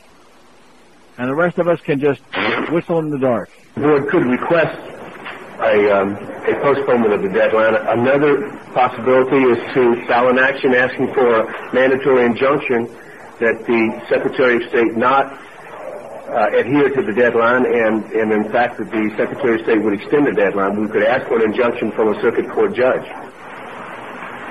So, Ashley, those are the things that they are debating at this hour, but Commissioner Tel Roberts did outline how the recount would take place. This is what would happen. She says it would start tomorrow. But the best part, it would start tomorrow. So in the meantime, in Palm Beach, they're not even going to start their recount. Volusia County's wrapping it up tonight and tomorrow, but they're still going to court to ask for more time. Palm Beach isn't even going to start tomorrow because they figure, what's the point of starting if they're going to throw it all out? Because there's not a Chinaman's chance in hell they could finish it by 5 o'clock tomorrow, and the Bush people know that. Here's a mobile in Palm Beach. Hello. Neil. Yes, sir. Yeah, I work down here in Palm Beach. I live in St. Lucie County. Uh-huh. And if all the markings have to be to the right of the name, then St. Lucie County was totally illegal. Yeah. They were on the left. Uh-huh. And it's unbelievable. The holes were Republican up there. Wait a minute, the holes were on the left? Well, there weren't holes. You marked them like, just colored them in like a lotto ticket. Yeah. Yeah, and they're all on the left of the name. And I also had a letter stating that I wasn't eligible for local elections, but I voted for presidency and stuff, in Congress. So if I didn't do the whole card like they're saying, then mine was thrown out too. Okay. God bless America. Yeah, we have to find out about that for sure, because I'm not positive. And like I said last Friday, I believe about 1%, maybe 0.5% of what people say when they call on the show and discard the rest, because most of it is crap. But we don't really know that for sure. But I've been hearing that about the ballots being thrown out, the unmarked ones. They didn't vote for president, so they just throw the ballot out. And keep in mind that Elaine Bloom lost to Clay Shaw by about 560 votes. And that goes through parts of Dade, Broward, and Palm Beach County. Here's a mobile in Miami. Hello. Hello? Yes, sir. Oh, I just tuned into your show, so I'm not aware of what your opinions are on certain things. I want to ask what, if anything, you said about Robert Wexler. What I've said about him? So, like I said, I just tuned into the show. I haven't listened to the show before. I'm curious as to what you think of how Robert Wexler is handling all this. Well, he's handling it just like you'd think he was handling it. He's a good Democratic boy from Palm Beach, and he's doing a good job. All right. Well, let me ask you a question. I'm a Democrat that got persuaded to vote Republican, but what I don't like about Robert Wexler is he seems to be carrying this banner for the people about how all this big injustice is being done. Or has been done. Yet I'm saying to myself, I'm asking a question, what did he do? Was he ever looking at the ballot when it was published, et cetera, before the election? Sir, let me say it again. The ballot itself, the sample ballot, doesn't show you where the holes are. I'm not going to keep rehashing because here's a guy I don't like, Bob Wexler. I think Wexler is great, okay? I think he's dynamite. Tremendous. But the issue isn't about Robert Wexler. The issue is about the ballot itself, and the sample ballot and the instructions that come with it are bogus. They're bogus. The instructions say vote every page. You can't vote every page because they've got the presidential candidates separated on two facing pages. You can't do it, or your ballot gets thrown out. And it also says punch the hole to the right of the candidate for whom you're voting. And you can't do it if you're voting for Buchanan or the other names listed on that second page. But you don't see that unless you have the actual ballot itself, and you also don't see how confusing it is unless you slip the ballot on an angle over the pegs and then see where the holes are. And as Robert Wexler said, the first hole is for George Bush because the governor of the state is a Republican, so that's the way the law prescribes it. And the second hole is supposed to be for Al Gore. But it's not. It's for Pat Buchanan. The first hole is for Bush, and the second hole is for the bunghole. Yeah. And Gore is the third hole. So like I said, the first hole... He's an asshole. Yeah, and the second hole... He's an asshole. ...is the bunghole, and the third hole is Gore. And we're having like a debate about this, like there's something to debate. It's an illegal ballot. And the only reason the debate goes on is because, oh my God, God forbid we have another fair election in Palm Beach County. Because you know something, I think if a judge did rule somewhere, if they went all the way to the Supreme Court and they said the people of Palm Beach County have a right to a fair election and to have every one of their votes count, and the ballot was illegal, and they're going to revote, you know what, I think the Bush people would just concede. They know they lost by a gigantic amount. They know that thousands and thousands and thousands of votes all over the state, and especially in Palm Beach State and Broward, were taken away from Gore. They know that. And that's why there's this bum's rush and this hysterical psychosis on James Baker, who looks like I said before, like he's going to have a stroke any second. No, we don't want to have count after count after count. No, till they get the number they like. No, the fact is you got the number you like, and now let's wrap it up. Even though they admit that there's 2 to 5% error in machine counting. And even though George W. signed into law that bill in Texas, which calls for a manual recount automatically in closely contested elections. It's okay in Texas, it's okay in Seminole County, it's okay in New Mexico, and if they need to be, it'll be okay in Iowa, Wisconsin, Oregon, wherever else it might be expedient for them, but not in Florida. Even though the law in Florida states very clearly that it is. They don't like that Florida law. They like the Florida law that says 5 o'clock tomorrow, that's it, they're going to certify the vote because they're ahead, but they don't like the other Florida law. They pick and choose. And I'm going to tell you tomorrow morning, when George W. wakes up, there's going to be a boil on the other cheek, makes the other one look like a zit. That's how big it's going to be. That's right. Don't forget the one on his rectum either. There's going to be a gigantic boil on both cheeks of his rectum. You said it. Because God is pissed off. Joe Costello and the QM van will be in the Smart and Final Shopping Center on the corner of 441 and Hollywood Boulevard with our best meal CDs, cassettes, keychains, and T-shirts. Noon till 2 today. The Smart and Final Shopping Center on the corner of 441 and Hollywood Boulevard. It's 20 before noon at QAM. This is 560 QAM. I'm as mad as hell, but I don't going to take this anymore. Oh! It's the story of a girl who dropped her pants and mooned the whole world. And while her butt was fine, it looked like mine, because it was kind of hairy, and that's gross. How many hairs on her rear? Certainly more than on mine, it appears, and I'm gonna be so sincere. It looked like a sheep that hadn't been sheared. She had an ass like Chewbacca, furry and brown on the rounds of her cheeks. Needed a razor, it's clear, or at least shampoo so the hair didn't reek. Oh, why did I have to see it that day when the hair on her ass was ruining my way? The hair on the butt of a girl, well, it ain't okay. This is the story of a girl who dropped her pants and mooned the whole world. And while her butt was fine, it looked like mine, 'cause it was kind of hairy, and that's gross. And that's gross.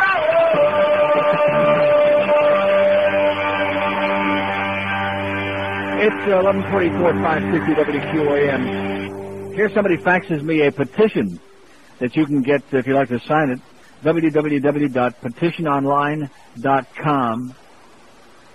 It's too long. /trust1/petition.html. Isn't that too long? Huh? Well, just go to www.petitiononline.com.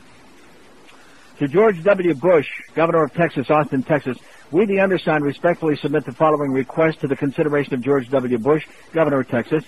In your campaign for the presidential election culminating in the vote of the American people on Tuesday, November 7th, you expressed eloquently and often that you trust the people of the United States. The presidential election has come to a dangerous impasse. We ask you to remember these words and honor them in our current electoral crisis.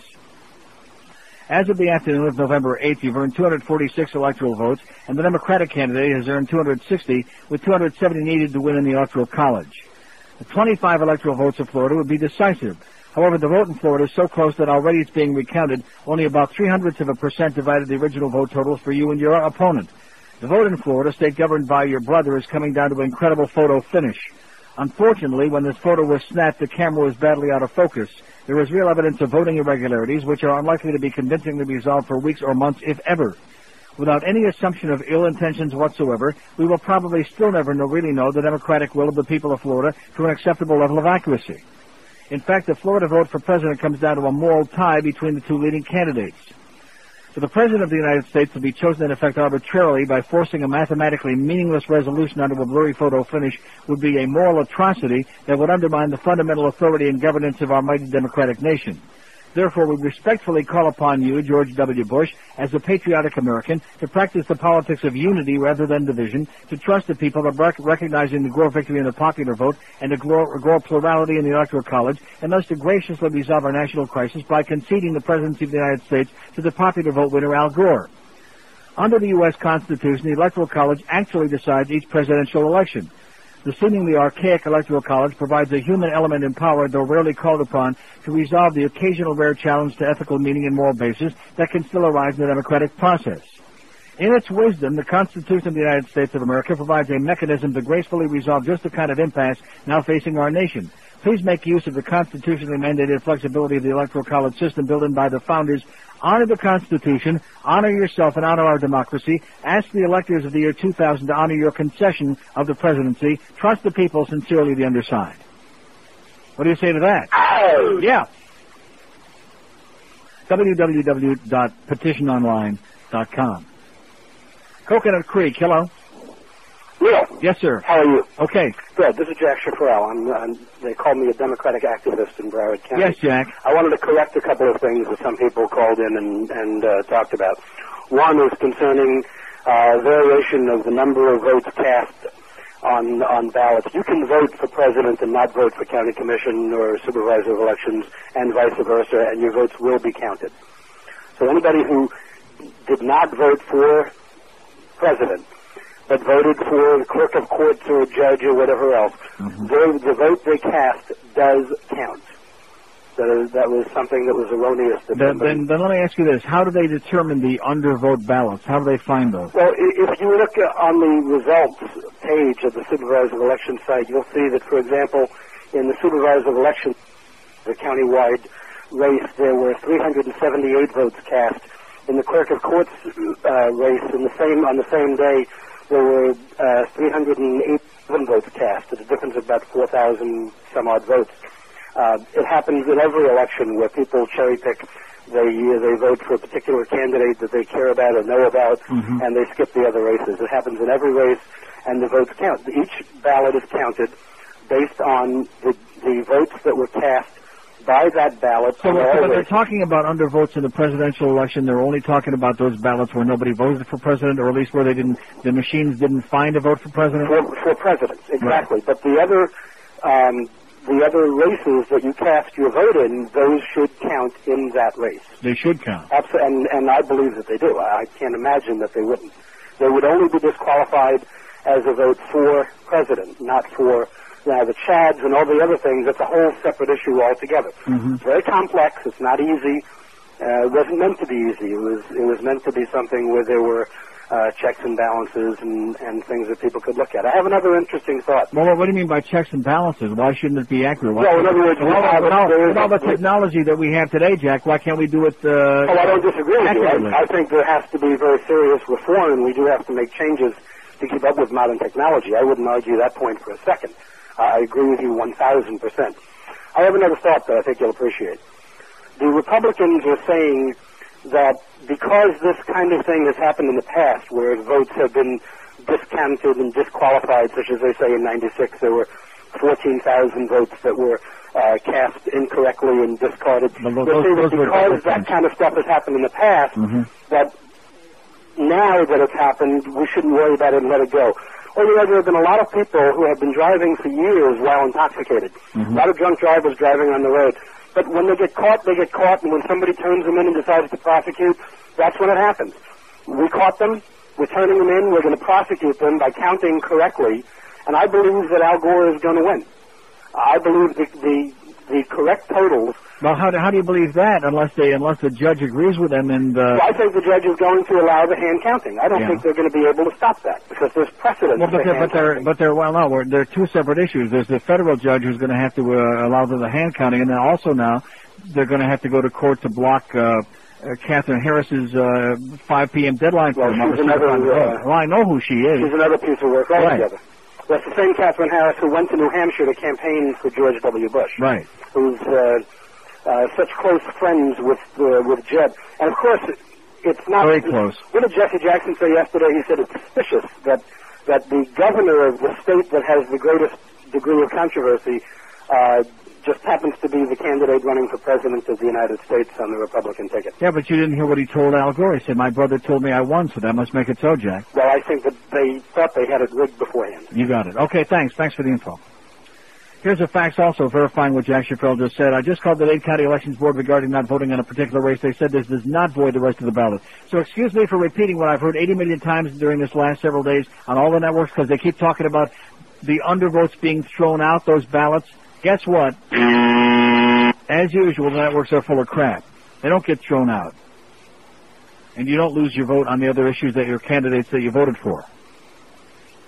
But, you know, when you have a lot of people on there and a lot of hours to fill, just like, for example, yesterday, MSNBC, and I think generally speaking they've done a better job than anybody, but they've sure had their share of mistakes. Now, yesterday, out of nowhere, they decided that Bush was ahead by 5,700 votes in Oregon, and they had it colored in still undecided, but they were saying he was ahead. Has he ever been ahead in Oregon? No. In fact, their own network with it's Fox that has the 262 at the bottom, which includes still both New Mexico and Oregon. So it can't possibly be 262 because New Mexico at the moment has got Bush ahead by either 4 or 15 or 17, depending on which phony recount you believe. Did he say recount? Uh-oh. Here's Fort Lauderdale. Hello. Neil. Yes, sir. Hey, you know, last time I checked, intelligence is not a prerequisite to vote. Right. Manual dexterity is not a prerequisite to vote. Right. Perfect eyesight is not a prerequisite to vote. You know, my mother's 75 years old, college educated, very bright, but she can't retrieve her voicemail messages. She can't program her VCR. She still deserves the right to vote. Mm-hmm. And you know what, Neil? Even if we re-voted, we're using the same antiquated system. We're going to go through the same thing all over again. We're still going to have punch cards thrown out. We're still going to have the Chad problem. Whether we re-vote in Palm Beach or the whole state, we still have the same problem. Yeah. When is it going to end? Well, but wouldn't you think that if they re-voted in Palm Beach, that at least some of those people would be like so careful that if it took them 10 minutes to make sure they stuck the stylus in the right hole, that they might do it? Yeah, but you know what? They're going to have to change all the ballots so it doesn't have that confusing ballot. Well, and you know what? I vote in Broward County. Yeah. I use the same votomatic system that they use in Palm Beach. And you know that law that says where practicable, it should be the same as the written ballot with the vote on the right side and the. How did we do it in Broward County? It's all on the left side. It's all on one page. Order. But you got to understand, Palm Beach was the only county in the state that did that. That is absurd, but there's no reason they should have. Well, because I guess somebody must have known there's a lot of old Jews with that eyesight, and they wanted to make sure they voted for Pat Buchanan. Well, you know, I think they have this well-meaning person that thought she was doing something good for the older people. Yeah. It was wrong. Mm-hmm. It was wrong. I say fry her ass, by the way, when this is all over. Bye-bye, Teresa. Okay, thanks, pal. All right. Yeah. Bye-bye, sweetheart. Well, she's got, Bruce Rogo with a beard, you know, he's representing her. You know Bruce Rogo? You know? Oh, yeah, great pseudo-intellectual, we got every attorney who was ever born is involved in this. In fact, I'm surprised that Wacky's got time to be, worrying about us. Come on, let's go get out there and do it, baby. Get back there on CNN and start telling everybody that Janet Reno's a bulldog. 5670560, pound 560 on the AT&T and Verizon wireless line. Actually, and we do expect this hearing to continue for at least another hour. We have no idea whether the judge will rule from the bench this is the federal judge. Written ruling. But we have a full screen here that describes the argument that was delivered by Bush's attorney, Theodore Olson. He said essentially, look, there are no uniform rules in the state of Florida on when to count by hand, nor how to count by hand. The rules vary, he says, from county to county and, in fact, precinct to precinct. each county treats votes differently, and therefore people are not being treated equally. That violates the Equal Protection Clause of the 14th Amendment. He also claimed that this process was incredibly time-consuming. It could take, he said, 99 days. He said, in fact, that recounts are less accurate by hand. But then when it was time for the defense attorneys to speak on behalf of the Gore campaign, on behalf of Palm Beach County, on behalf of those who were sued as defendants, this is what they had to say. They said, not only is our system not arbitrary, not capricious, it is standard, it is uniform. We follow the same rules, for example, in Palm Beach County. He said, penetration is the key. If the Chad on that little dot, has one of four corners, that's what the Bush people are saying, severed, it has been penetrated, the vote has been cast. We follow the very simple rule. It is not complicated. It is not arbitrary. Every vote is treated equally. It is not a violation of the Equal Protection Clause. See, now you know why the right-wingers are all whipped up into a frenzy. Penetration is what it's all about. This is 560 QAM. Sports Radio 560 WQAM Miami, Fort Lauderdale. A Beasley Broadcast Group station. WQAM.com for the world. Okay, 12 noon at 560 WQAM. Here's a mobile in Fort Lauderdale. Hello. Hello? Yes, sir. Hi, this is Senator Steve Geller. Hi, how are you? Okie dokie. As an elected official myself, I'm reluctant to criticize some of my colleagues. However, it does appear pretty clear to me if the Republicans are attempting to steal this election. Right. And they are intentionally confusing the issues in a couple of ways. First of all, they keep comparing the 14,000 to the 19,000 votes. You're aware that that's comparing apples to machine parts, right? Right. I mean, the 14,000 that they keep talking about includes not only the double punch, but the overcount and the undercount. It was the over and under, in which, in this case, in Palm Beach, we have 29,000 over and unders. That's correct. And that the Republicans are not foolish enough that they're making that mistake by accident.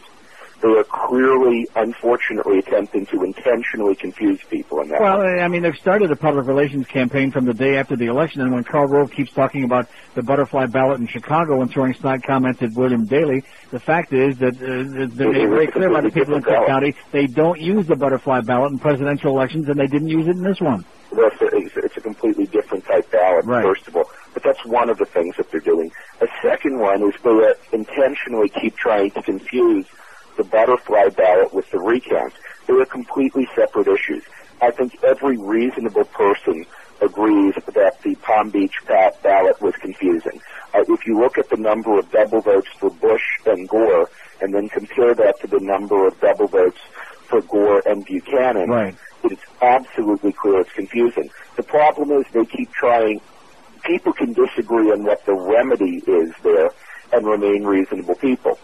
But they keep trying to bring that up when they're talking about the recount. If you look at the actual recount itself, it's clear to me that Gore will win even without litigating the butterfly ballot issue if you do a recount. People keep saying, oh, but you should then recount the entire state. The difference is that there's only a few counties that use the punch card ballot.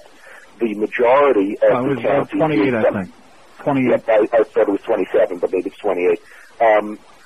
But the majority of the counties use something called an OCR, optical character reader. Right. The failure rate on the optical character reader, or when I say the failure rate, the people that didn't vote for president is only 4 per thousand, while it's approximately 33 per thousand on people that didn't vote on the punch card system. Mm-hmm. When you look at that, you either have to assume that people who live in counties with the OCR somehow care more about voting for president, or you have to accept that it's a higher failure rate. Right. And if you just look at the failure rate and you count the counties, I would have no objection except for the fact that the Republicans missed their deadline to file for the recount. Right. But other than that, I would have no objection to counting the 27 or 28 counties that have the punch cards, because if you count those, they happen to be predominantly larger and Democratic counties. Yeah. And why there's such a rush? I mean, other than the obvious fact that Bush at the moment is ahead by about 300 and some votes, other than that, you've got till December 18th until the electors meet. Why should there be any rush? Well, why not get it right? Well, I served in the Senate with Katherine Harris. Katherine was a senator before she became Secretary of State. Nice person, friendly, but, I mean, obviously also clearly very partisan here. And they're trying to make this rush, which again leads me, and I normally do not criticize other elected officials. They're my colleagues, but it is clear to me that the Republicans are trying to steal this election because they are aware, ignoring the issue of the butterfly ballot, if there is a full recount of every vote in the state, if you take the 4 counties or you take the 27 or 28 counties, if you count every vote that had the punch card, understanding that there's a failure rate of 32 or 33 per thousand, if you take and you count every ballot, it is clear to me that Gore won. Well, we're not talking about just confusing, and that's what the Republicans are intentionally trying to say, oh, well, they're stupid voters or this or that. If you count just the voters that voted correctly, where the machinery malfunctioned, then it's clear to me that Gore won. And for them to keep saying, oh, the computer counts are more accurate, that's completely ridiculous. Computers may be more accurate today, but remember, we're using technology in the punch cards that's decades old. Right. And that's the reason that people stopped using them. That's the reason why in Massachusetts the court ruled that it would be an unconstitutional deprivation of people's right to vote to continue to use those punch cards because they were so inaccurate. Now, normally 32 per thousand, that's a failure rate of 0.3%. Normally, that's okay. Today, in this particular election, 0.3% is not okay. And I'm just, personally outraged that it is clear to me that they are afraid of a accurate count. You are aware, of course, that they insisted on and got a hand recount in Seminole County, right? That's right, and picked up 98 votes. Yeah, they picked up 98 votes in their hand count, but they don't want a hand count in the Democratic. No, when the numbers come out for them, like the 325 ballots in New Mexico that originally were discarded because they were torn and ripped, and then they decided to count them, and all of a sudden Bush was ahead by 15 or 17 votes in New Mexico, then it's okay. My understanding in New Mexico was they somehow mysteriously found an additional precinct that had like 150 for Bush and 20 for Gore. I made up those numbers, but something that they just found another precinct somewhere. Figures. Yeah. Okay, well, listen, Steve, let's hope the courts at least give us a chance to get them all counted. I believe that there's no way that Judge Middlebrooks will rule against it. Okay. Very good. Bye. Thanks a lot. Here's a fax from Don in Fort Lauderdale. Says, I think Friday should be National Band-Aid Day. Everyone should show their support for Bush by wearing a Band-Aid on their face. Oh! Yeah. National Boil Day, because a lot of people are boiling and pissed off and foaming at the mouth, including me. 5670560. I'll say it again. This has got to be the last time that paper ballots are used for any election, even for dog catcher. There's no excuse for it. Here's a lady in Westchester. Hello. Hi, happy birthday, either late or early. Thanks. And I would recommend that we have one form, if we're going to have paper for president nationally, and that any judges and stuff can be elected some other time during the presidential elections, but during that every 4 years, only the president and vice president are elected. No, it's not very practical. No? You're talking about tremendous expense. Really? Yeah. Oh, well, I thought it was a good idea. At least it would alleviate... No, but at the very least, have them all on a separate page, like they were in 66 out of 67 counties in the state, except for Palm Beach. Have the candidates all running for president on one page, on a separate page, so as not to confuse them with the other races. Then you turn the page, and if you want to vote in those other races, fine. If not, that's okay, too. Oh. And I'm also scared of Katherine Harris sending all her functionaries to these individual polling places to let people don't dare touch the boxes. I mean, that's Gestapo. I think we're going to call in Katherine Hepburn and get rid of Katherine Harris. And I last night, for your guidance, the 666 number came in on the cash 3, so I think that's between the boil on Bush's face and the 666. That should tell you everything you need to know. And I think you gave it the right name last week, November 7th, with election day, because we all got it up the butt. Exactly. Okay, good luck to us, sweetheart. See, it was penetration. Weren't they just talking about that before? Uh-huh. Yeah. We've been penetrated, baby. The entire country has been penetrated by the Bush people. And like Jesse says, stay away from the Bushes. It's enough to make you want to puke your guts out. The Neil Rogers Show. Sports Radio 560. QAM.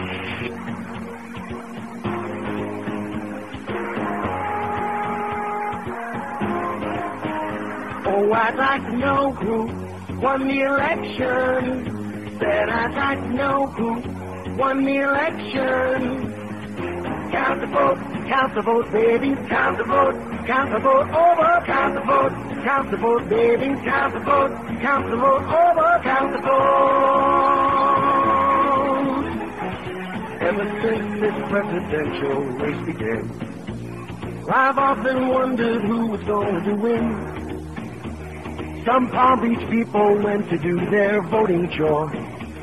So count up all the ballots and find out who's gotten more. Those old folks seem to have one thing in common. Looks like lots of them just gave their votes to Patrick Buchanan. Boy! So I'd like to know who won the election. Yes, I'd like to know who won the election. Count the vote, baby, count the vote over, count the vote, baby, count the vote over, count the vote. The final tabulation started coming in. Then I saw a news flash on Channel 10. Some angry people all together in a bunch. They said they were confused and didn't know which hole to punch. Those old folks seem to have one thing in common. Looks like lots of them just gave their votes to Patrick Buchanan. So I'd like to know who won the election. Said I'd like to know who won the election. Oh, I'd like to know who won the election. Yes, I'd like to know who won the election. Count the vote, baby, count the vote over, count the vote, count the vote, baby, count the vote over, count the vote. How many for Bush? Count the vote. How many for Gore? Count the vote. How many for Bush? Count the vote. Are there any more? Count the vote. We messed up the ballot. Okay, if anybody's wondering, the extra 100 votes for Bush, it was 288 before, now it's 388. Polk County decided to do a manual recount just on their own.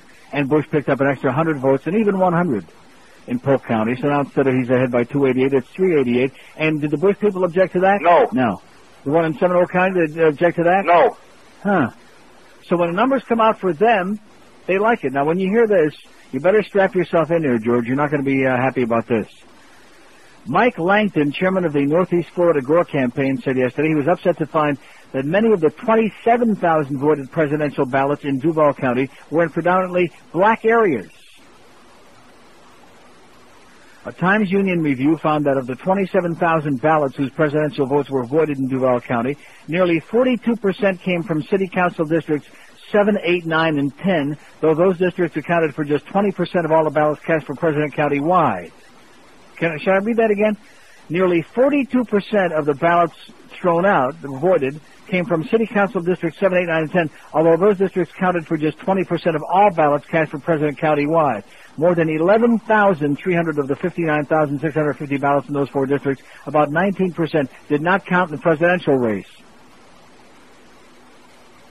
Those four council districts, all north of downtown, are overwhelmingly Democratic, and voters there favored Gore. Of the votes that were counted, about 80% went to Gore.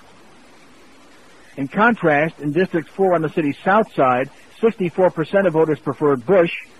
About 24,200 votes were cast for president there, with just more than 1,800 or 7.5% tossed out. 19% in the black areas, 7.5% in the Bush area. It's very disturbing that those numbers are that high, Langton said. Something's awry here. It's disproportionately out of whack. Langton said he wasn't sure if a recount could be requested, but that he will meet with Gore campaign officials in Tallahassee today. And it goes on and on and on as the theft of the state of Florida and the theft of the presidency continues right in front of your face. Here's Plantation. Hello. Yes, Neil? Yes, sir? I voted for Gore, first of all. I want to say first and foremost that I've done that. But me and my friend were having an argument, wondering if you can clear it up for us. Daley, the guy who was Gore's spokesperson, I believe it is. William Daley, yeah? Is he related to the Daley family of Chicago? His son. Really? Uh-huh. Oh, well, he should be able to dig up a few more people to vote in the election. Come on, we should win this thing easily. Exactly. Exactly. Well, thanks again for clearing that up. Okay. That's right. What the hell's wrong with you? Won't you come home, Bill Daley? Let's get with it. We need another 30 or 40,000 dead people, for Christ's sakes. 5670560, pound 560. I'll say it again. I wonder how many dead the Cubans voted in Dade County. I wonder how many of those absentee ballots. I wonder how many of those that came in were like bogus. I don't think the state was even close. It was no contest. But it's being stolen. Right in front of your eyes, whether you like it or not. Here's Boca. Hello. Hey, Neil, how's it going? Okay. Hey, just a quick thing to keep in mind here. People might be losing sight of this with everything that's going on in the courts now. One of the first things that went to court was, I think it was last Thursday, where a judge, there was an injunction placed on Palm Beach County to certify their votes to the state. So guess what that means? It means the Secretary of State could certify the rest of Florida without Palm Beach County's votes. That's the way I understand it. And I think that injunction is still... but they had the, I don't know why you would say that. They had a machine recount on Saturday in Palm Beach. Okay, but that injunction is still in place. That's why when you see what the official totals are, and what the AP reports is, what the difference is, is off because Palm Beach's votes have not been in that tally, even in the recount tally. Yeah, but that injunction was until, I think, tomorrow morning, 8 or 9 o'clock tomorrow morning. Oh, okay. Okay, but, that's just the point, whether it's Palm Beach or any other county, if they're stuck in this hand recount business. So, to try to keep track of this with all the lawyers and all the judges involved and all the injunctions and all the lawsuits, it's hopeless. Get out the scorecard. Right. Get out the scorecard. But, I just wanted to, make sure that was out there, that if these counties get bogged down in these hand counts and they don't get their results, if this 5 o'clock tomorrow deadline is in place, then the Secretary of State can simply say, okay, we're not going to count that county. And that's it, which would obviously would be to Bush's advantage. Right. So keep that in mind. Okay. Adios. Thanks for the bad reminder. 5670560, pound 560. Have the people processing on the floor. And by the way, we are making fantastic progress. Judge Michael McDermott, Canvassing Committee Chairman in Volusia County. The walk-in precincts. All right. And I would say about 2/3 and maybe even 3/4 of the groups are now working on the absentee ballots.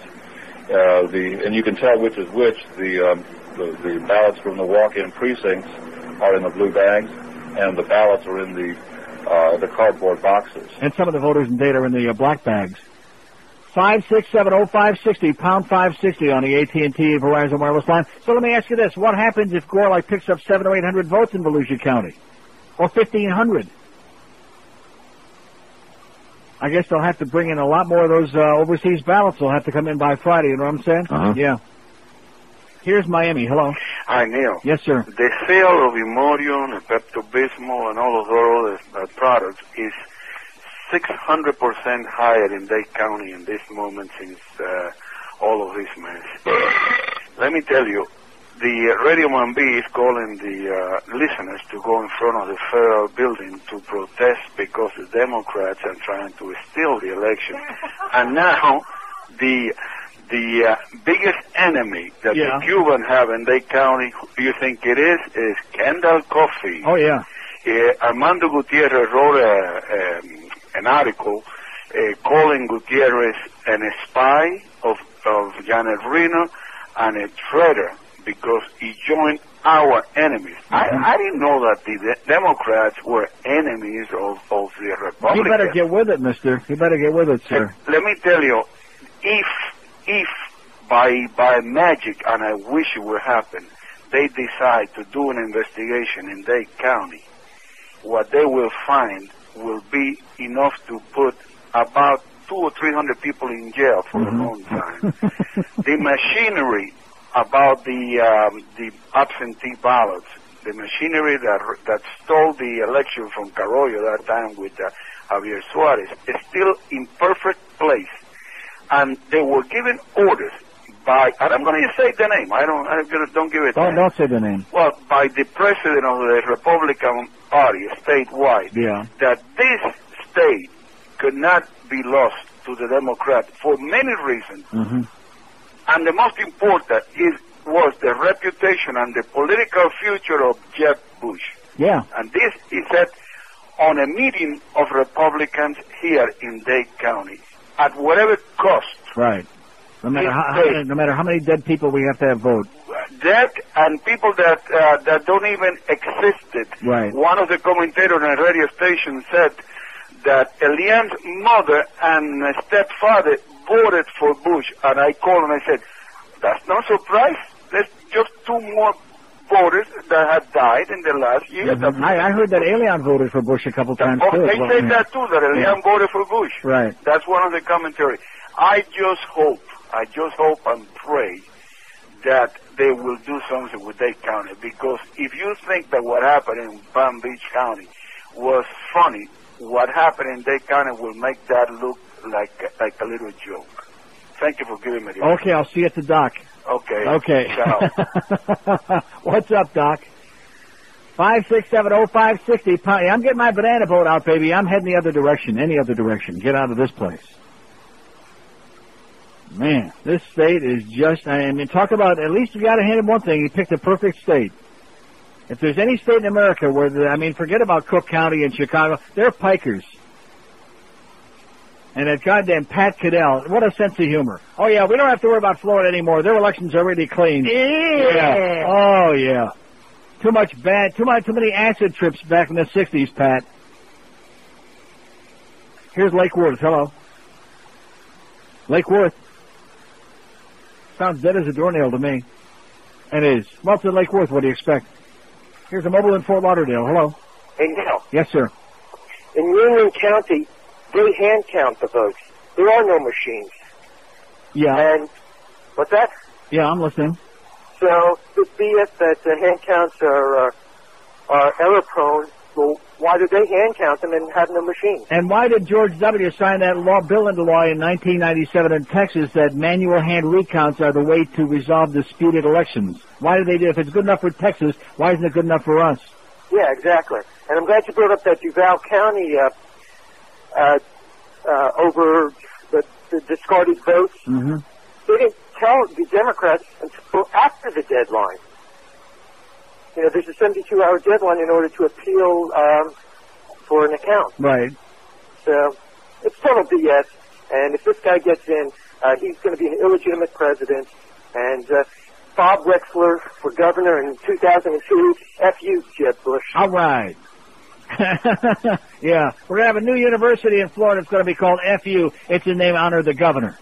You're not kidding anybody, Bush family. You're not fooling anybody with a brain bigger than a ball bearing, okay? You Farbissina Goyim. Man. Oh, there's that judge up there in Palm Beach again. He keeps holding that one ballot up to the light. Like, what is that? What is that? Where's the hole? Rectum. Yeah, you're looking at it, Judge.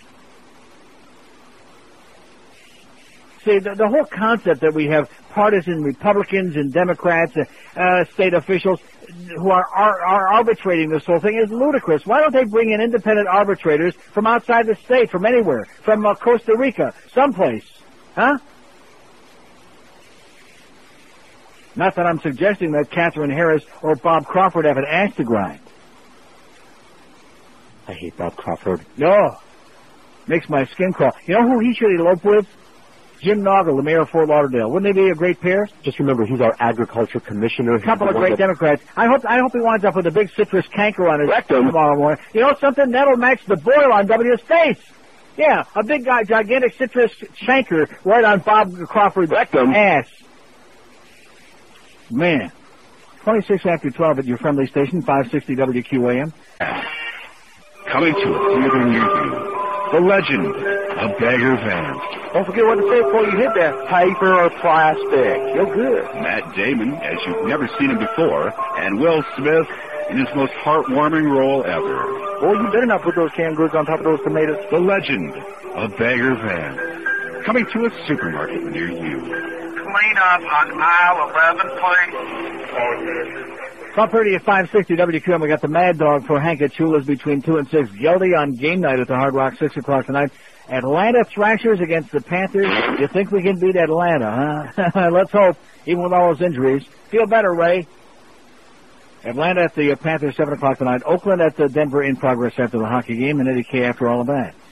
Here's the facts I should have read earlier this morning that I love. And just coincidentally, my psychic powers again must have caused this fax to come in, because when I was channel surfing here this morning, at about 8:45, I came across C-SPAN, and one thing I love is watching the British Parliament. Have you ever seen the sessions of the Parliament? And they get up and they scream at each other and they pound on the table, here, here, and they're all screaming in the background. Well, this William Hague, who's the head of the Conservative Party over there, is a nutcase, the bald-headed guy. I'm sure you've seen him. Here's the fact that says, does the name William Hague ring a bell? Uh-huh. Hague is the leader of the Conservative Party in the United Kingdom. In layman's terms, he's the equivalent of Bush Jr. in the USA. Simply put, in the UK, Republican equals Conservative, Democrat equals Labour.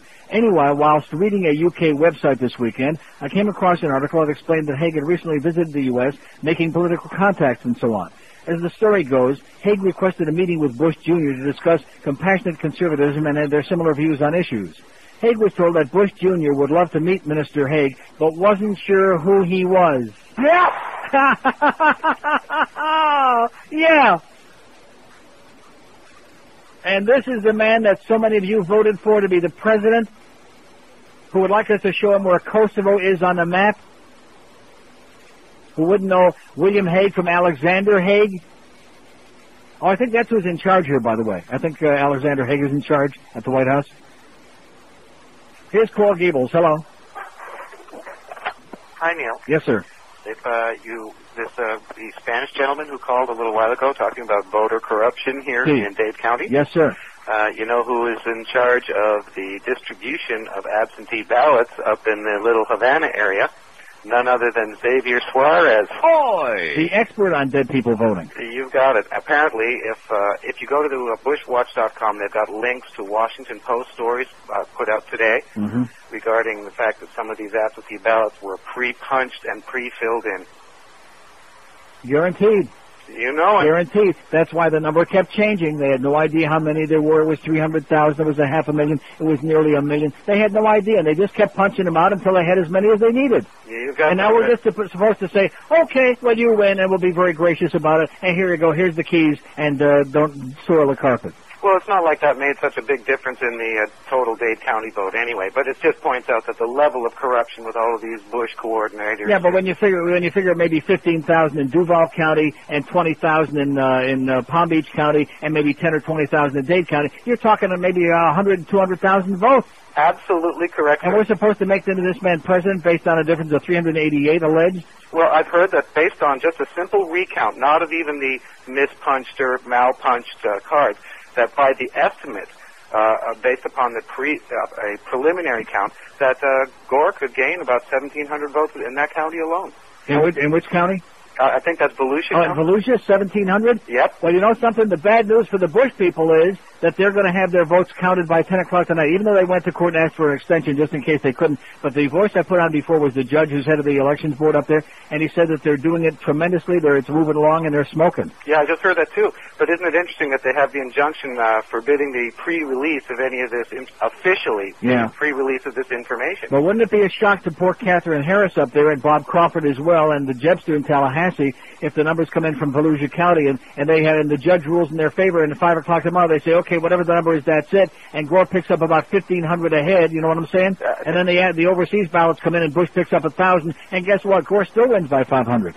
Wouldn't that be a slap in the puss? Well, I just wanted to call and let your listeners know that if they go to bushwatch.com, they can find the links to these Washington Post and Washington Times and various other papers that the South Florida paper, they aren't touching on this at all. Okay, thanks. Give it a shot. See you. Thanks. Joe Costello and the QM van, they're at their place right now. They finally finished going through the drive-thru at the fast food joint. And they're at $100. Smart and Final Shopping Center is where they are. Corner 441 on Hollywood Boulevard with the best of Neil CDs, cassettes, keychains, And T-shirts. That's the American fucking way. From now till 2 o'clock. That's right. The thing about Duval County, that just makes me nauseous. Makes me want to barf. And keep in mind, both parties had 72 hours until after, which was, let's see, Wednesday, Thursday, till Friday, to ask for a recount. And so that while James Baker was whining and moaning and groaning, they had just as much right to ask for a recount as the Gore people did.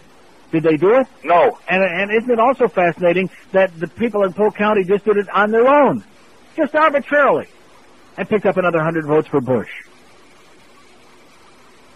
It was a hand job. Yeah. Here's a lady in Deerfield Beach. Hello. Hello, Neil. Yes, ma'am. I totally agree with you about Teresa Laporte being given her walking papers. Absolutely. Get her out of there now. The fix is on. I just want to mention here, I'm a nurse. I live in Broward, but I work at a hospital in Delray Beach. And last night I worked with a Haitian fellow who was a poll watcher at the elections last Tuesday at Precinct 74A, which is highly Haitian and Democratic. He told me that in their briefing, the poll workers were told by Teresa Laporte that people without picture IDs should be allowed to vote, even though they didn't have the picture ID, as long as their names were on the list of registered voters, and as long as they signed it with a form or an affidavit that they were telling the truth. He said that these instructions were totally disregarded and that people were turned away in droves. They weren't allowing the Haitian people to vote because they didn't have picture IDs. Isn't that great? Yeah. And I wonder how many of them do you think would have voted for Bush? Beyond. Yeah. Not too many. Mm-hmm. Okay, thanks for listening. Thanks for the bad news. Okay, bye. It just continues mounting and mounting and mounting. The irregularities in this election in the state of Florida were just monumental, just unbelievable. Whatever it took to put the brother in there, that's what they did. Whatever it took. Because after all, Jeb told him that he won. That should have been the message. A little light bulb should have gone up over Gore's head at that point. Like, oh, that's the way it's going to work, huh? Yeah, my brother told me I won, so what are you mouthing off about, big shot? 5670560, pound 560 on the AT&T and Verizon wireless line. Here's a call in Sunrise. Hello. Hey, it's me. What is it? Hello? Yes, sir. Hey, listen, on these voting machines, yeah, I want to know why they can't just do it like the lotto. You could go get $500, make 14 million decisions, that goes right in there, and you get a receipt. Right. You punch too many numbers, they say, oh, sorry, you got too many numbers. Right. So why couldn't they work on something like that? They can, and that's the problem, is that America doesn't care enough about elections and about government to invest which costs billions of dollars, obviously, but well worth it. I mean, what's the point of having an election if you're not going to get it right? I mean, if they don't like that, they could do a scratch-off. You get 3 Gores or 3 Bushes, yeah, and there you go. Tallahassee, and they'll tell you what you got. And in fact, I hear that Bush is trying to scratch the boil off right now. Scratch it again, George. Come on. Oh, geez, look at that. Look at that pus oozing out of there. Let me say it again. That was the hand of that came down and struck W right on the side of the puss. Because, God, in fact, wait till the locusts start crawling out of his ass. Wait till you see that, if he doesn't fess up and just concede. 22 before 1. I tell you, I don't know about you, but my guts are just aching from all of this. I don't know why. It just tears your kishkis out. This is not a way to elect a president. It's not a way to elect a goddamn legislator, a dog catcher, anything. We're in the Stone Age. We're always talking about, hey, we're the biggest and we're the best. And I heard somebody on radio yesterday on one of those stock market shows, some right-wing jackass, is talking about, I really take exception to the other countries around the world pointing the finger at us. Well, you know something? Maybe they don't have as many strip shopping centers, and they don't have as many glitzy neon signs, except in Japan. But maybe they can actually elect somebody. In Britain they do it all by hand, and the votes too. They count them all by hand. They sit around, they put those big wigs on, How did the Founding Fathers do it? They like to dress up. They did it by hand, and the votes too. Of course, Jefferson had those slaves. 21 before 1 at 560 WQA. The Neil Rogers Show. Sports Radio 560 QAM. Packwood can't keep his packer in his pants. At Nacho Bell, people are very possessive about our new Chihuahua sandwich. That's my Chihuahua. That's my Chihuahua. My Chihuahua! The new Chihuahua sandwich is 1 pound of grounded dog meat stuffed in a soft taco shell, layered with shredded cheese and sour cream to cover the taste that you're actually eating dog food. We're so certain you'll like the Chihuahua sandwich that you'll be barking back for more. My Chihuahua! Hey, you sing pretty well. The new Chihuahua sandwich is only 99 cents, and it's only at Nacho Bell. 1243 at 560 WQM. Speaking of food, thanks to Scott and Ira and all our good friends at Atlantic City Subs again in Hollywood for their 8 millionth lunch. Boy, I'm telling you, without them, where the hell would we be? We'd be up Schmitz Creek. Here's an interesting fact from a redneck in the Redlands who says, win the ballot, lose the war. If the errors discovered during the 1% sampling hold over the rest of the vote count, Gore will take Florida, which means Lieberman gives up his Senate seat, which gives his seat to a Republican, which gives the Republicans a majority, which leaves the presidency with an asterisk and will drive the market under 8,000, which creates a slowdown of the economy, which, etc. In reality, the only winner of all this is Miami's own Ken Coffey. He may not have nailed the brothers, but he's gone from chewing on strippers and representing crazy mayors, hysterical Cubans, and vagabond school board candidates to defending the future president of the U.S. At the very least, I think he deserves his own section in this year's King Mango Strut Parade in Coconut Grove. Oh! Let's hear it for Kendall Coffey. See, this goes to show you those Spanish-language radio stations. Just a few months ago, just a couple of months ago, he was still one of the big heroes. Him and old Schmata had there and the other cast of attorneys they had. That whole alien business. And now that he's over on the other side and he's working for the Gore people here in Florida, now comunista, bada-beep, bada-boop, bada-bop, yeah. The crazy, toothless crowd in this town, it is never going to change. And I don't, you know something, I don't think they're ever going to die. No, seriously, it's like the old Jews. Every time one dies, they have a replacement that comes in from somewhere. I mean, we know where the old Jews come from, but where do the old Cubans come from? They must have a factory where they're punching them out. Uh-huh. Yeah, they're cloning them. Here's a lady mobile in Fort Lauderdale. Hello. Hello, can you hear me? Yes, ma'am. My battery's about to go, but I'm from Boca Raton, precinct 225. We had major problems there. Poll people wouldn't help with the problem with the ballot. The guy in front of me went to sign to get his ballot and was told that he was already given an absentee ballot, and he said he never requested one. Major problems. Okay, thanks for the bad news. Okay, bye. Here's interesting, since we're always hearing about compassionate conservatism and caring about power to the people and yada yada, bringing morality and decency back, all that bullcrap. Fact says, I find it interesting that at the rally I attended and the rally shown on TV, the Bush supporters were the nastier and the more obnoxious. Some of the younger males appeared to be skinheads with hair. They verbally accosted my wife and others, calling them dirty C-U-blank-S, lousy Jews, get out of my face, bitch. But most interesting of the attacks were against women. Is this behavior indicative of Republicans? Uh-huh. Or could this have just have been an isolated incident? Yeah, right. You're dealing with bigots, baby. I'm not saying that all Republicans are bigots, or right-wing fanatical bigots, just most. 5670560, pound 560 on the AT&T. And then, of course, we had those good Christians. I'm so glad I remembered the last bit about Palm Beach Atlantic University. That's CNN. So CNN got sucked in twice on Friday, back to back. First it was young Republicans for Jesus or whatever it was, and then we had Wacky Jackie on back-to-back on CNN. Nice going, guys. Oh! I know you got a lot of hours to fill up, but you can do a little bit better than that. Here's a mobile in Kendall. Hello.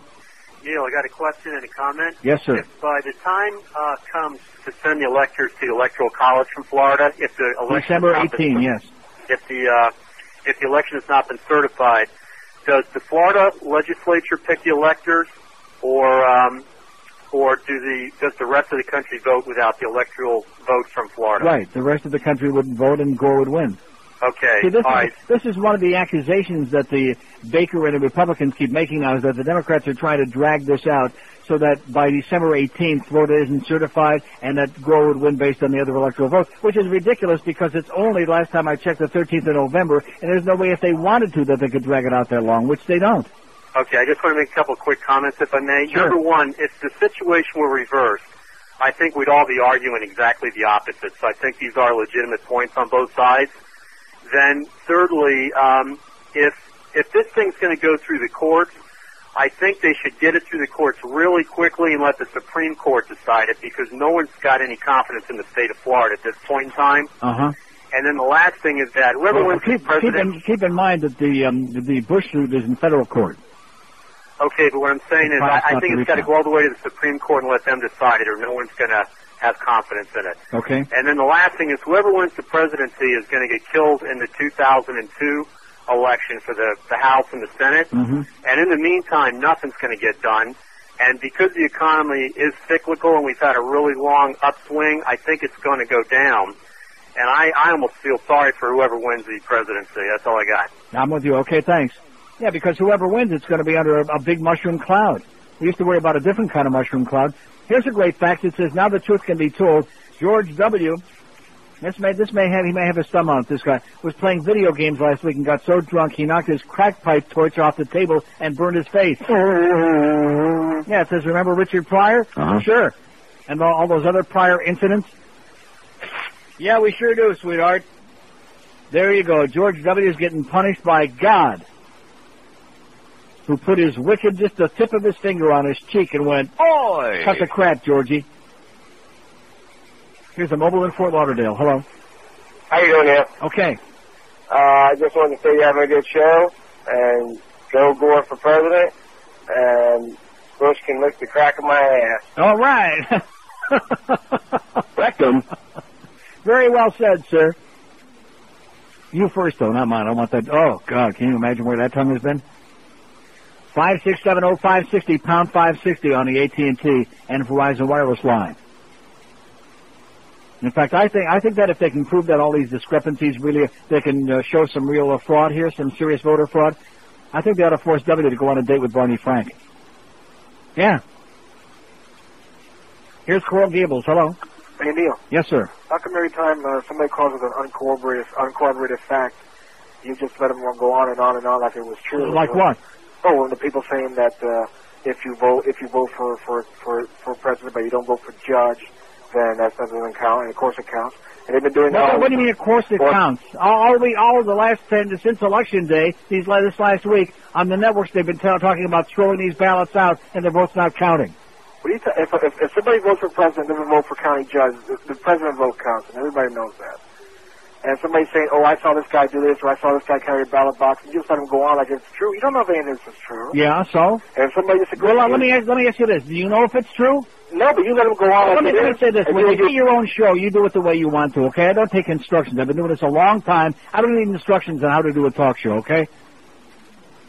How come you do this and how come you do that? And if you don't like what I have to say... I know how to do a talk show. Exactly. Then go find go find that Nazi to listen to right now. I'm sure you'll love what he has to say. He's on right now. Yeah. He always tells the truth. Yeah, that's right. He's the purveyor of truth.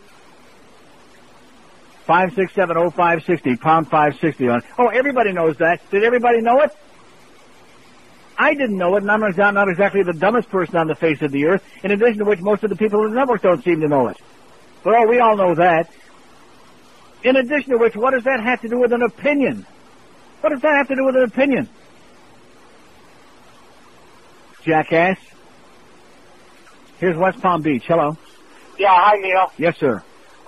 Can't stop thinking about the fact that Bush kept saying he would restore honor and dignity to the White House. Yeah. You know, when this Secretary of State... No, after we put him in. When Jeb Bush recused himself, he knew that he had a Secretary of State and a Democrat turncoat, Bob Crawford, right. who would support him in making this thing into a sham and a complete and total phony election. Mm-hmm. And believe me, every side of this election knows that Gore will win if he gets a fair hearing, and that's the reason why they're taking these extraordinary measures of going to court to stop the truth from coming out. Yeah. It's really sad. Well, it's all up to the judges now. I think that's the federal judge, if he allows the recount to go on, which there's no reason why he shouldn't, and if the judge gives an injunction against the state from certifying the ballots at 5 tomorrow, if those things happen and the recount goes on, Gore's going to win. Well, I want to ask right, you, they know that. Yeah, right. If a group of people tries to destroy characters of everybody who opposes them for years and years and years, mm-hmm. and then they come out and say they're going to restore honor and dignity, I mean, what do we have here? Fascism. Thank you. Okay, and have a great day. 5670560, pound 560 on the AT&T wireless line. How we doing over there at the Smart and Final Shopping Center with Joe Costello? What is it? 350. 350? Well, that's not too bad. They'll be there till 2 o'clock with all our best of Neil merchandise, including those really nifty keychains and the best of Neil CDs and cassettes, and those T-shirts too. Smart and Final Shopping Center, corner 441 and prestigious Hollywood Boulevard. Here's Miami. Hello. Neil. Yes, sir. Good afternoon. Good afternoon. A couple callers ago, you had a lady come on promoting voters were turned away because they didn't have a picture ID. She was It's all promoting a fraud in Miami. I mean, why would anybody be allowed to vote without a picture ID? Yeah. The easiest thing in the world you can do is go down to the driver's license place and you can register to vote just by saying that you're a citizen. You don't even have to show proof of citizenship. Mm-hmm. And same thing with swearing an affidavit saying that you're But I think we entitled to vote. I hear we only had 70,000 of those in Dade this time, though. Okay, and have a great day. He's speechless. 5670560, pound 560. Manual count, so the manual count will go forward. Well, Greta, what does that mean, in your opinion, in terms of, earlier we've heard that all votes have to be certified from both of those counties, Volusia and West Palm Beach, by 5 o'clock tomorrow. Doesn't that end up a little bit in conflict? Well, it may end up in conflict, but I don't think that's a federal judge's problem. He was asked to issue a preliminary injunction to enjoin the canvassing board from certifying the election results. Now, whether the Secretary of State can get the canvassing boards to complete the manual count before 5 o'clock seems unlikely, but that's not the federal judge's problem. The federal judge's problem was simply to find out whether or not he thought an injunction should issue, a preliminary injunction, whether it's irreparable harm to the plaintiffs, which in this case were the Bush-Cheney ticket. Greta, you and I had the opportunity to speak about this. No great surprise with this decision, right?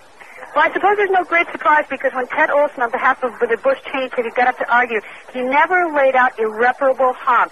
Even if the Republican... Okay, there's the bulletin. Judge refuses to stop manual recount. That's the federal judge. If he doesn't do it right now, there'll be irreparable harm. So even if the judge is ultimately convinced they should win, what he was unconvinced of is that they met the prong that there's irreparable harm. They couldn't show a reason why a manual count would harm the ticket. There you go. There's the first piece of good news. First big blow to the people who want to steal the election from right in front of your face. The federal judge has refused to stop the manual recount. The recount will go on. Now the only other thing, the chigger in the woodpile, is going to be whether another judge, a state judge, is going to say, hey, the 5 o'clock deadline tomorrow must be extended because these people deserve a reasonable amount of time to count all these votes so we can get a fair count. One down, one to go. Sports Radio 560 WQAM Miami, Fort Lauderdale, a Beasley Broadcast Group station, and WQAM.com for the world. It's the 1 to 2 hour. Oh, I punch it go home, but I'll leave a bit. But I can't help but wondering what's the right home.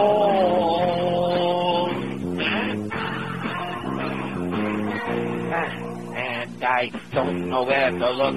Is it left or right, up and down? And did I do it right? I don't know. Don't know what the hell I got. The ballot is all on the cock. 2 punches will invalidate my vow. I'm fixing the polls so my brother will win. Just like the third world country, like in Mexico.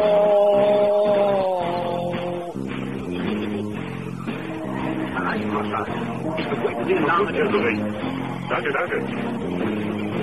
¿Noch was acá? Al frente, te voy a pasar. Ganz losgehen.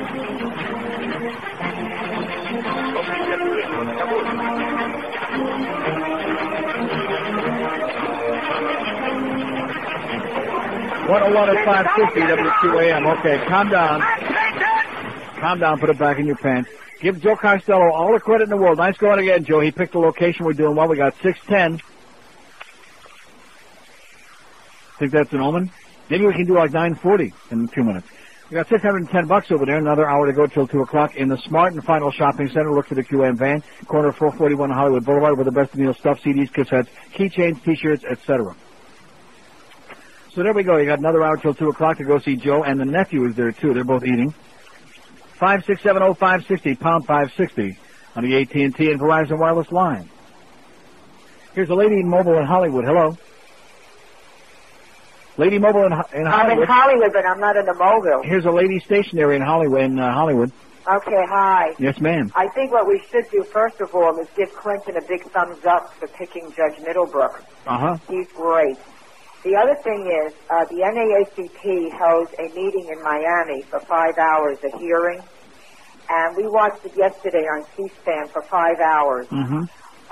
First of all, one of the civil rights attorneys said that we are allowed... Oh, hang on one second. Is likely to turn, but the attempt to get a more accurate count manually of those ballots that people tried to poke. It's a member of the tribe, Lawrence Tribe, the Gore spokesman who argued the case in federal court. A number of possibilities. I understand, quite apart from the campaign, that, as I said a minute ago, there are voters who believe that they were cheated out of their franchise by this screwy ballot they had to deal with in West Palm Beach, and I would expect that they will continue to press their efforts in the state courts. Okay, I'm sorry, go ahead. All right. What one of the civil rights attorneys said was that we're allowed up to 3 ballots. If we feel we made an error, then we're allowed to ask for another ballot. And then if we made another error, we're allowed to ask for another ballot. We're up to 3 ballots we're allowed. Uh-huh. People were not allowed. A man came on, he was so upset. His name was Duval. He said that when he took out his ballot and saw that he had voted for Buchanan, he went over and asked for another ballot. And they said, no, you're not allowed. Yeah, so he went back and put in Gore. Uh-huh. And so that's where a lot of the double voting came in, because they wouldn't give them another ballot. Well, if you notice, most of the precinct workers were over the age of 100, unfortunately, because they're retirees and they've got a lot of time and they can volunteer to do that work. But I think that a great many of them didn't have any idea what the rules really were. Well, not only that is that we have friends in Delray who worked at the polls, and they're only given a 2-hour video. That's all the information that they're given on how to do the polling and the balloting. So they don't have any information and they don't know anything. We really need a civics lesson for every state in the country to know what the rules and regulations are when you're allowed to vote, when you go to vote. It's crazy. Okay. Now, there was a woman named Powers, a white lady who works at a black radio station in Hillsborough. Tom Joyner is the MC on the station. Right. She went to some of the different polling places in Hillsborough. An elderly 67-year-old man came out with a cane and had the I voted sign on him. He had to walk out, and as he got to the corner, 2 cops pulled up, state troopers, pulled him over, made him put his hands up, and wanted identification. He said, but I just voted. I didn't do anything wrong. When she stopped to see what they were doing, the trooper told her, you better get going or you're going to get arrested. And she was in tears. This is a white woman that was talking, that she was so upset she doesn't know what happened to this poor old man. Now, another... Closing, yes. What was that? I said in closing. Yeah, well, another incident. There's a church in North Miami called the New Little River Baptist Church. Right. It's a polling place. When the pastor came, he closed the doors and locked everything up. A woman lived in the church. She called him up Saturday morning and said that the polling machines and the ballot boxes are still there. And you know there were 1,400 ballots. Never picked up, nothing. The police now have them. There's also another ballot box. The police have them, but what are they doing with them? Are they using them for play cards with? Well, and nobody knows really what's inside the boxes, but this pastor swears that the boxes were never touched and that he knows the votes are in there. And 93% of the votes cast in Florida by blacks were for Gore. Right. Okay, thanks. She took a breath. 5670560, pound 560 on the AT&T and Verizon wireless line. Here's the fact that says, I'm reading the book, Do I Stand Alone by Jesse Ventura. It explains the status of the American political system in our country today. After reading this book, Understanding Mr. Ventura Better, I have only one thing to say. Jesse Ventura for President 2004. Oh! Total victory and freedom be our goal. Power to the people. I'm with you, pal. Let's start a real third party, a serious third party. Like Jesse said, a centrist party, a populist party, not way out on the left, not way out on the right. Fiscally conservative, socially liberal. That's what where America is. Jesse for president. Oh! In fact, what I say is call off the whole goddamn count right now and just swear him in. Just put him in there. Here's a lady in Palm Beach. Hello. Hi, good afternoon. Yes, ma'am. You know, back to Palm Beach Atlantic College and all those little goose steppers over there. Oh, God. Listen, when I first moved to Florida, I really needed to get a degree quick, and they offer a quick degree. This is a Baptist college, and I'm Jewish. Uh-huh. And I Boy. Exactly. I sat in that classroom for a year, and now anybody can go there, of course, because they love your money. But I was told in the classroom that I was a non-person and had no right to exist because I had not accepted Christ in my heart as my Savior. Of course. And the teachers, the instructors, where this is supposed to be, you know, a college where this is learning. Did you see the show that they were on? Oh, sure. I kept wondering to myself, because I never heard of Palm Beach Atlantic University before. I kept wondering, well, what kind of a school is this? That all these right-wing goose steppers are in there. They're all young people. Where are they coming from? They're heathens. We're heathens. They're you know. Jesus freaks. The reason that they're at Palm Beach Atlantic because it's right now it's geographically desirable to where the county office building is. They have the big auditorium. They're only about 5 blocks away from Ground Zero, where all the hubbub is. I went down and watched all the hubbub on Saturday for about 4 hours, and CNN, and I talked to Greta Van Susteren, Greta Von Braun, yeah. Exactly. Actually, she was very personable and very nice and talking and explaining everything to Did anybody. she say anything about OJ? I wanted to ask her, but I didn't dare. And I got one of those T-shirts with the goofy the ballot. Exactly. Yeah. Uh-huh. And I asked her if she'd sign it, and she was ready to. And she says, "Better not. It's too political." But she did give me her business card, which I thought was pretty nice. She's good. She's been very good on this. She has been excellent, and I started taking the time talking with younger reporters from different school papers or something, and really explaining what was going on in legal terms to them to make it easier for them to understand. She was most kind, most sweet. Well, the good news is Alcee Hastings got out alive on Friday from the Palm Beach Atlantic, so he's Oh, my God. You know, and like I said, it's like 5 blocks away. So I'm sure they just took over that place because it has the big auditorium. But they're the worst people I've ever met in my life. Okay. Ever. I needed to email you something. Yeah. The Tony Kornheiser article. Can you put George back on so I can get your email? Okay, hang on. Thank you, sweetheart. Okay, 9 minutes after 1 at 560 QM.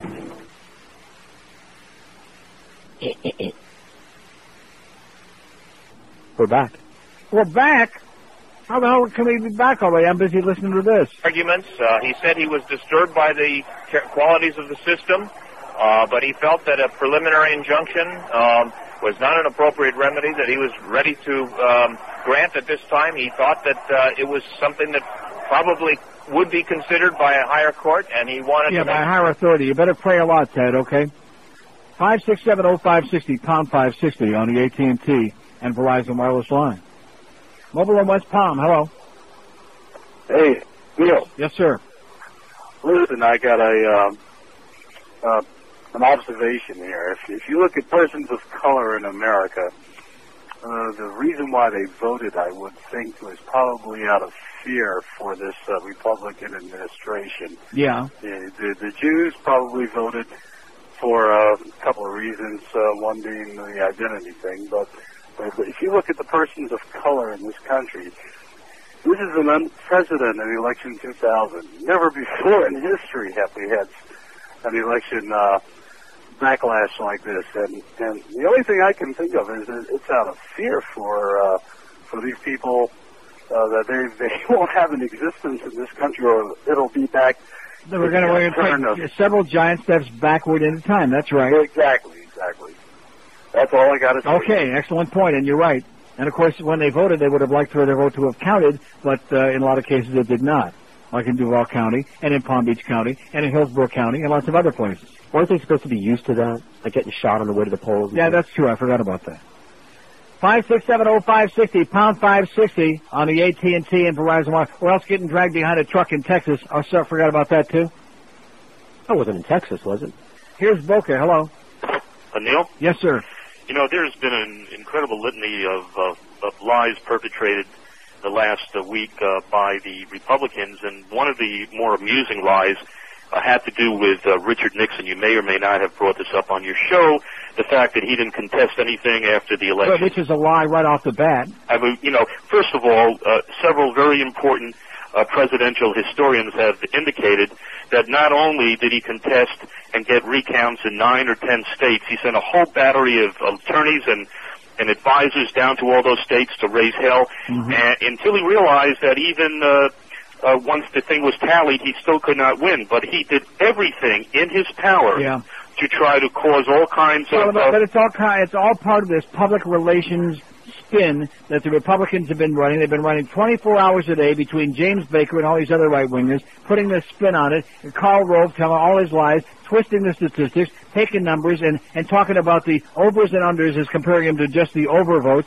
I mean, like I said last week, if they really had the truth on their side, they wouldn't have to be lying all the time, just like about the thing like the butterfly ballot in Chicago, which wasn't used this time and never is used in presidential elections. One last point. And you've touched on this in a humorous way, over the last few days. The thing that really scares the jeebies out of me is that here you're already seeing little reflections on who Bush is going to have surrounding him. And when James Baker was the first visible part of his advisory team, this anti-Semite. It sent chills down my spine that we're back to the days of his father and all the rather unsavory people that surrounded his father, and that just scares the heck out of me. That's why this is so important. It's the same bunch of fascists all over again, make no mistake about it. Thank you, Neil. See you. Same bunch of people that we rejected 8 years ago. We said, bye-bye, see ya. We don't like your kind. We don't like your whole attitude. You're a bunch of losers. We don't like the goddamn deficit. We don't like the lies, like read my lips. And I hate to say I told you so, but you should have known with his lies about bringing morality and decency back, and we care about you and more power to the people. Right. More power to the people who voted for us and everybody else. Up your ass. That's basically what they're saying. You're dealing with a bunch of elitist, right-wing, subhuman pigs. And Nader was right about one thing. He was right about one thing. Well, he's right about several other things, but he's just going about it the wrong way. But this should have been a slam dunk. It shouldn't have come down to this.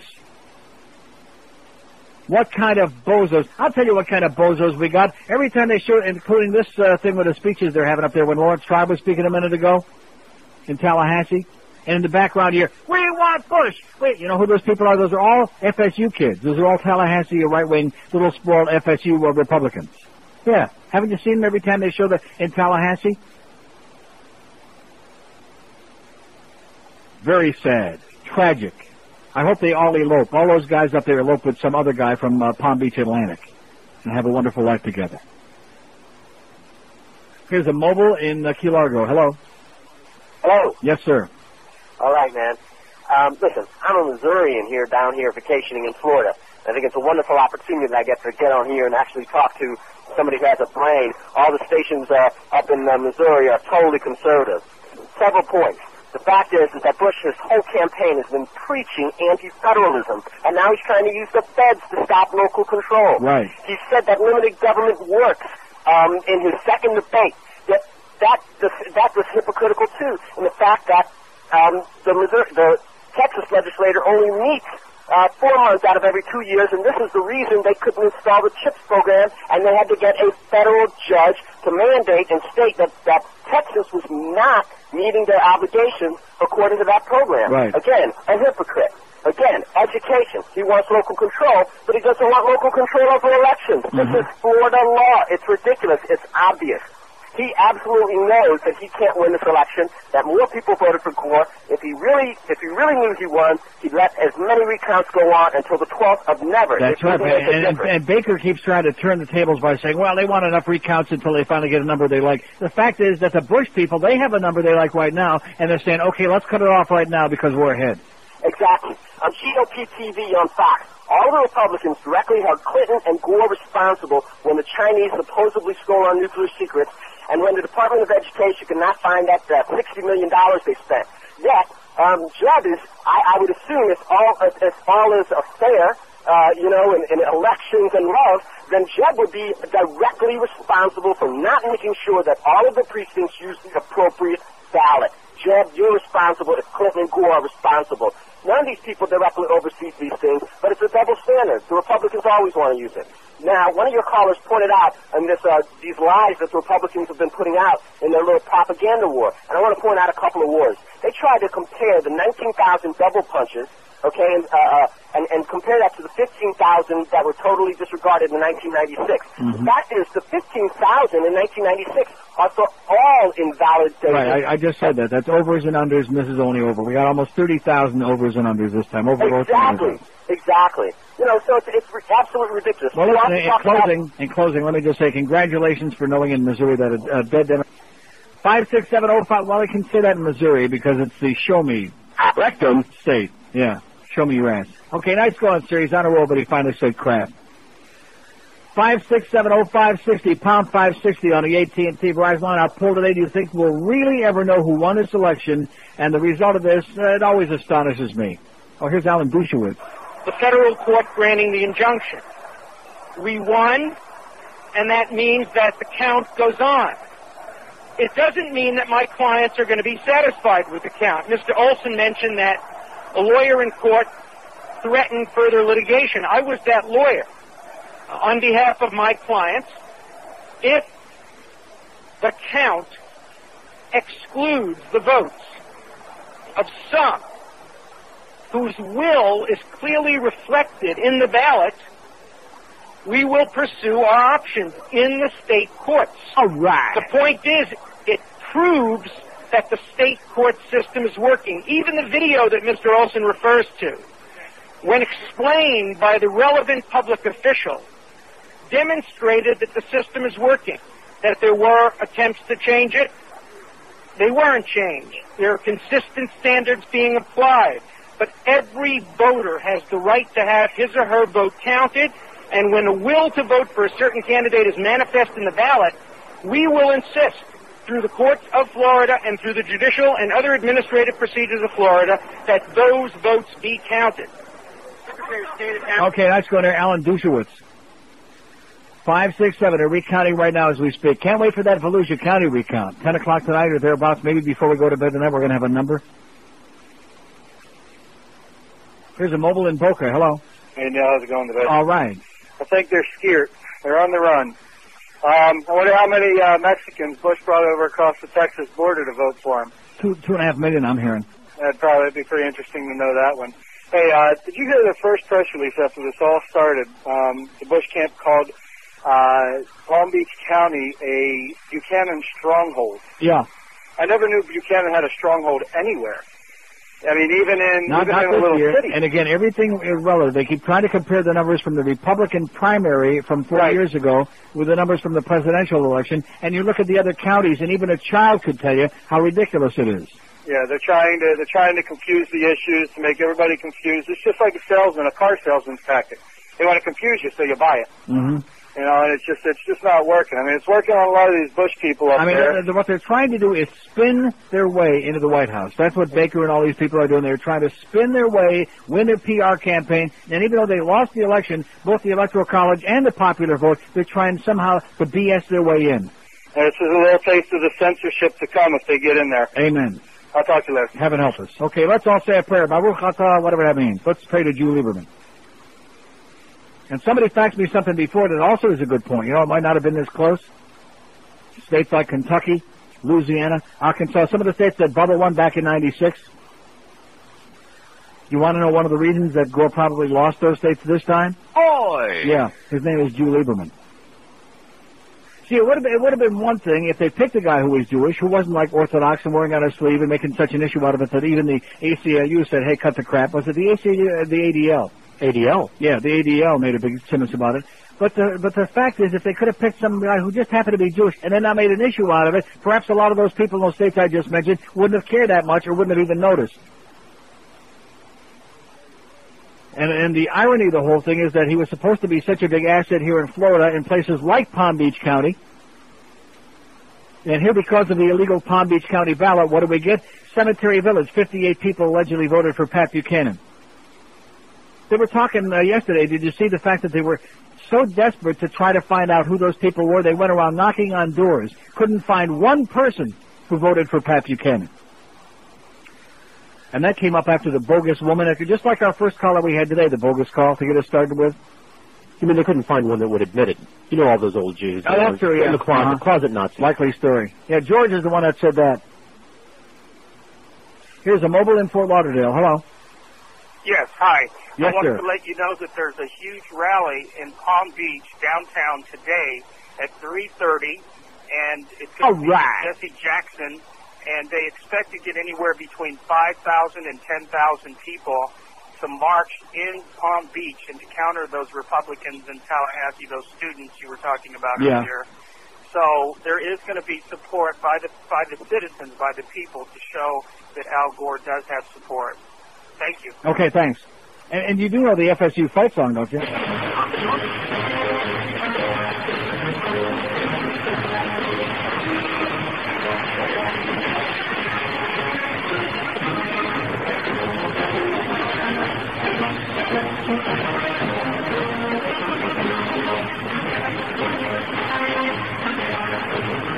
You always seem to be supple keep track of everyone.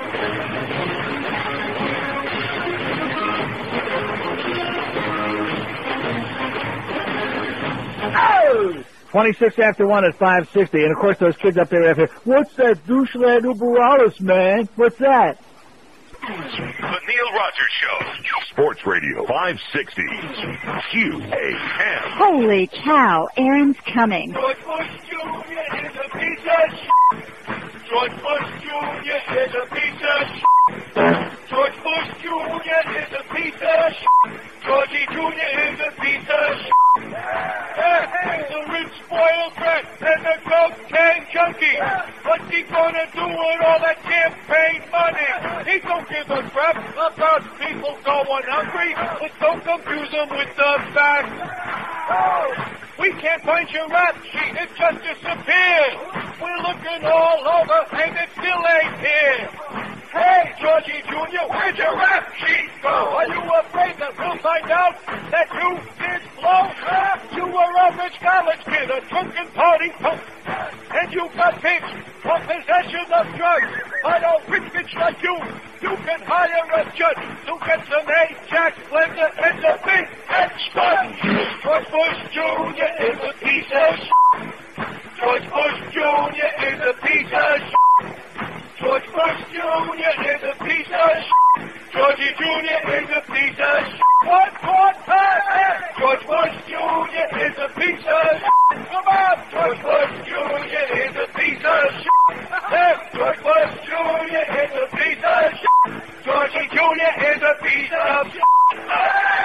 132 at 560 WPM. They're stalled out over there at the QM van.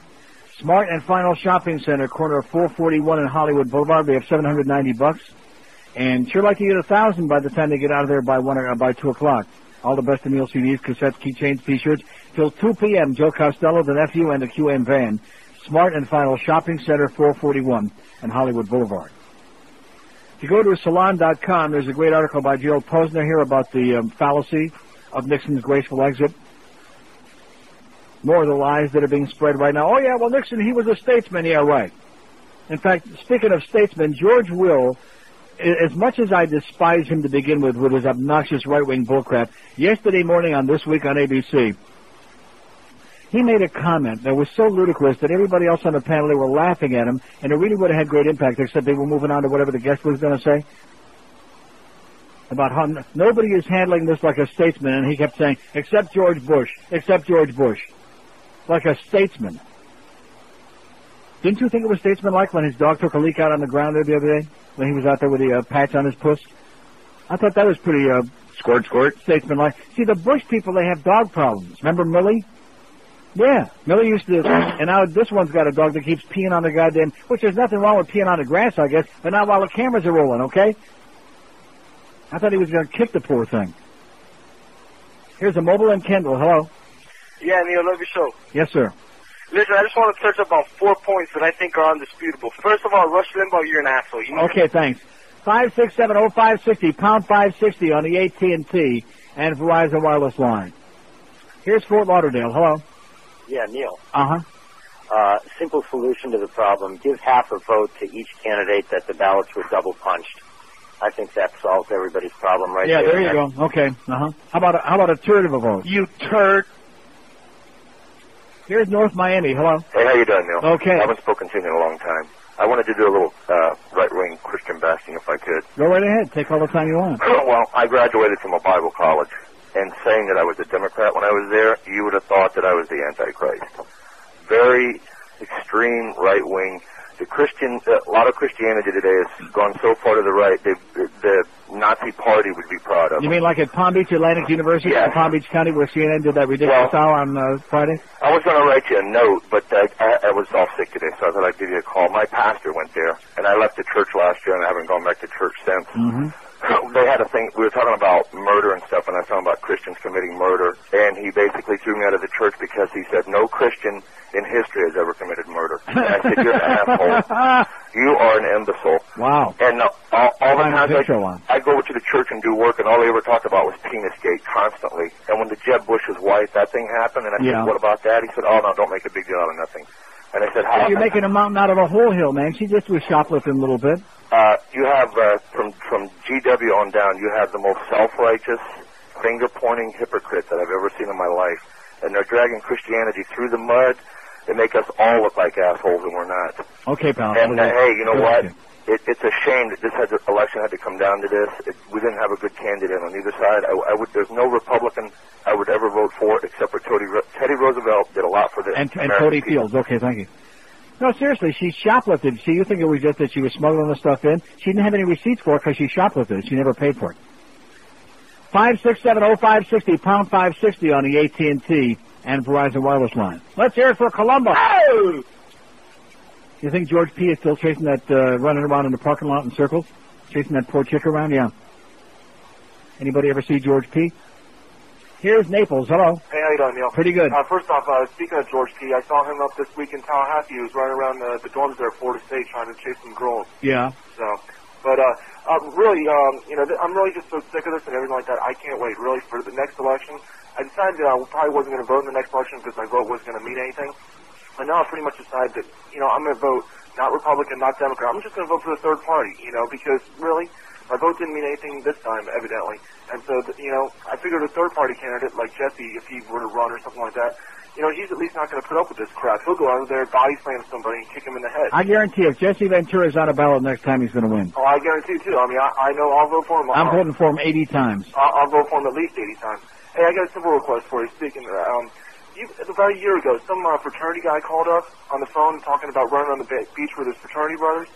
Oh, yeah. Can you play that call if you've got it somewhere? What do we call that, George? That fraternity, The what now? Oh, this guy. Here's a mobile in Boca. Hello. Yeah, hi. How you doing? I'm doing okay. Well, I wanted to talk to you a little bit about this fraternity business that you mentioned. And I just wanted to ask, did you have any best friends, and how long have you had those best friends for? Well, what does that mean? Well, it means... What does that have to do with this? It has to do with... Everybody's got best friends. I mean, if they have any friends at all, sure. It has to do with a fraternity, and not necessarily taking showers or all the other hazing and whatnot that goes on, but it has to do with hanging out with a bunch of guys. I have two best friends. One is straight, one is gay. I've never had sex with either one of them. I've never seen either one of them naked, nor have any desire to do either one of the above. Okay, in a fraternity... Don't take showers with them. Don't snap towels at them. All right, in a fraternity house, we don't socialize by taking showers together. If a guy takes a shower and the other guy's got to go to class, he goes in the shower as well. It's not a question of socializing in the shower. No, I'm not talking about socializing in the shower in fraternities. We're talking about hazing and initiations in fraternities and group sex. I'll tell you about hazing and initiation. When you're in the age of adolescence, 18, 19, and you're trying to find yourself in college, whatever college may be, fraternities lend itself to putting a bunch of guys that are like you. When I say like you, I mean they like the same interests, they play the same sports. They're a group of guys together that automatically, for some reason, I can't explain why, become your good friends for life. Now, when you have a good friend, and like I mentioned to you, when you have a best friend or someone who's a good friend of yours, you share experiences with them, and part of becoming you mean sexual experiences? No, well, it could be two guys on a girl. It could be two girls on two guys. It could be in the bathroom, 4 guys taking showers with 4 girls. The experience, sexual or non-sexual, is irrelevant. No, it is not. It's not irrelevant at all. Of course it is. No, it is not. When you're in a fraternity, your goals are to make friends. Because you have friends, sir. Because you have a best friend or a bunch of good friends doesn't mean A, that you take showers with them because you're going to be friends for a long time, and B, certainly doesn't mean that you share sexual experiences with them or that you have group sex with them. You know, some of the I belong to a health club, and in the health club that I belong to, it's a completely heterosexual health club. Yeah. But the shower is a shower with 6 stalls on it. Now, do you think that I become part of that health club so that I can work out with guys and then go take showers? I have no idea. Only you can answer that question. Okay. But that's nothing to do. Although I will tell you this, there are plenty of guys who do, but that's beside the point. That's beside the point. Me, personally, I do not. That's a bastion of homosexual activity in health clubs. I do not go and join a fraternity. No, we believe you. Don't sound defensive. We believe you, yeah. The point of a fraternity and communal showers and group sex and whatnot is not a question. What is the point of group sex? The point of a fraternity and hazing and the point of becoming what is close the point to one of another. hazing? What is the point of making what is the point of making the young kids get naked? What is the point of that? I'll tell you exactly what it is. I'll give you a straightforward answer. Please, a straight answer. When you belong to a fraternity, and I'll say it again, you belong to a bunch of guys that are going to be your friends for life. And part of the why does that require them getting naked for you? Let me finish. Part of the experience of having a best friend, whether it may be a best friend that you play soccer with, or whether it may be a best friend that you go out drinking with, is you share intimate moments. Now, not sexual. Intimate moments? Not sexual. When I say intimate, I don't mean sexual. I mean intimate in the sense that you will not share that kind of experience with anybody else who's not your friend. For example, sir, you know something? This sounds so faggy to me that even I'm embarrassed for you, sir. You want to know? Sounds very faggy to me. Running through the beach naked with a bunch of guys, you're never going to share this experience with anybody else, not even your wife or your kids or any other friends that you Why would you want to run through the beach naked with a bunch of guys? Why do you want to do that? Hold on. Hazing is not a question of you want to. You don't have a choice. Right. Because and why do you want to force these kids to be naked? Why do they always have to take their clothes off, my closet friend? On an everyday that hangs out at the showers at the gym. Why don't you tell me the real story here, pal? On an everyday experience, people do not in a fraternity walk around naked, nor do they naked experiences. Stop obfuscating. Stop with the smoke screen. Stop with the steam and the steam bath, okay? Let's get back to the meat of the matter. Tell me why you want to make these guys get naked. What is that all about? It's a matter of respect. It's a matter respect for what? No, it's a matter of lack of respect for them by you. No, it's a matter of lack of respect. If I respect somebody, I'm not going to force them to degrade themselves and embarrass and humiliate themselves in order to be part of my club.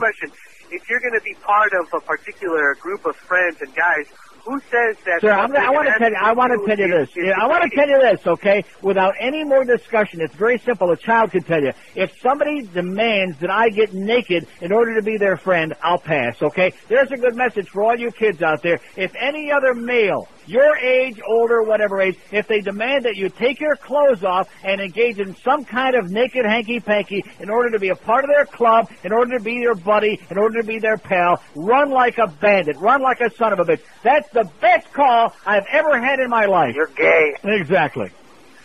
142 at 560 QAM. What are you telling me? That's on purpose. That's on purpose? That's supposed to be hip and cool and... don't you know? Pop. Sounds like a goddamn stuck record. Sounds like that.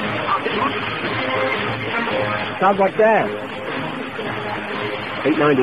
890. We can make it 110 more bucks at the QAM van. You got another quarter hour almost. Joe Costello and the nephews.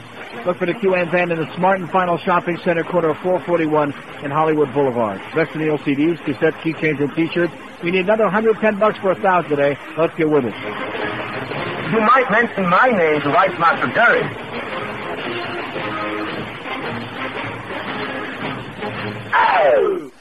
13 till 2 at 560 WQM. We got the Mad Dog for Hanky Chula Steak 2 today. Don't forget that big hockey game tonight. Atlanta Thrashers here. Maybe a team we might be able to beat. What do you think? No. Come on. Here's Dadeland. Hello. Hello? Yes, sir. Good afternoon, Mr. Neil. And back to you. I'm from Europe, and I've been talking to some friends over there. Yes? And they're telling me it looks a little like Asian and Serbian elections here. Maybe we should get Milosevic to he's not doing much these days. We can get him over here, yeah. Yeah. Okay, that's all I got, and enjoy your show. Okay, thank you. Love you, Neil. Love you. Proteins. Okay. Dewey. 5670560, pound 560 on the AT&T. Dewey. Not Thomas E. Dewey, but do we want a fascist president? No. No, we don't. That's the question today. How about that poll question? Do you think we'll really ever know who won this election? 425 votes. It's reloading. 429 votes. 298 said no. That's 69.5%. But 30.5%, 131 said, yeah, oh yeah, right. And for the Bush people out there that are salivating and waiting in the wings in case they lose out here in Florida, hoping that they can pull some more hanky-panky like they did in New Mexico, in Oregon, Wisconsin, and Iowa, well, you can pretty much cross Iowa out because they did a recount in Cedar County, Iowa. Bush and Gore were tied even in Cedar County, Iowa. Final vote, Gore 4,033, Bush 4,031. Gore picks up 2 votes. And they were talking to the Republican guy from the elections board there in Iowa and asked him on CNN here a minute ago, do you think that if they did demand a recount and got to recount the whole state, that there's any chance it would change the outcome? He said, very unlikely, because they got new voting machines and they don't do the crap that we do here. Here's Boca. Hello. Boca. Neil? Yes, sir. 2 things. First, Nader and his followers go down in history the wrong way. Right. But the other thing is all these Bush supporters and what have you, the oil people have an awful lot of heavy money into the campaign. And the pharmaceutical people, don't forget them. And they're looking for a return. And the NRA people, don't forget about them. And if they don't get it, they're not going to be too happy. Right. God bless them. And God bless us. Thank you. Okay, and say hi to Tiny Tim.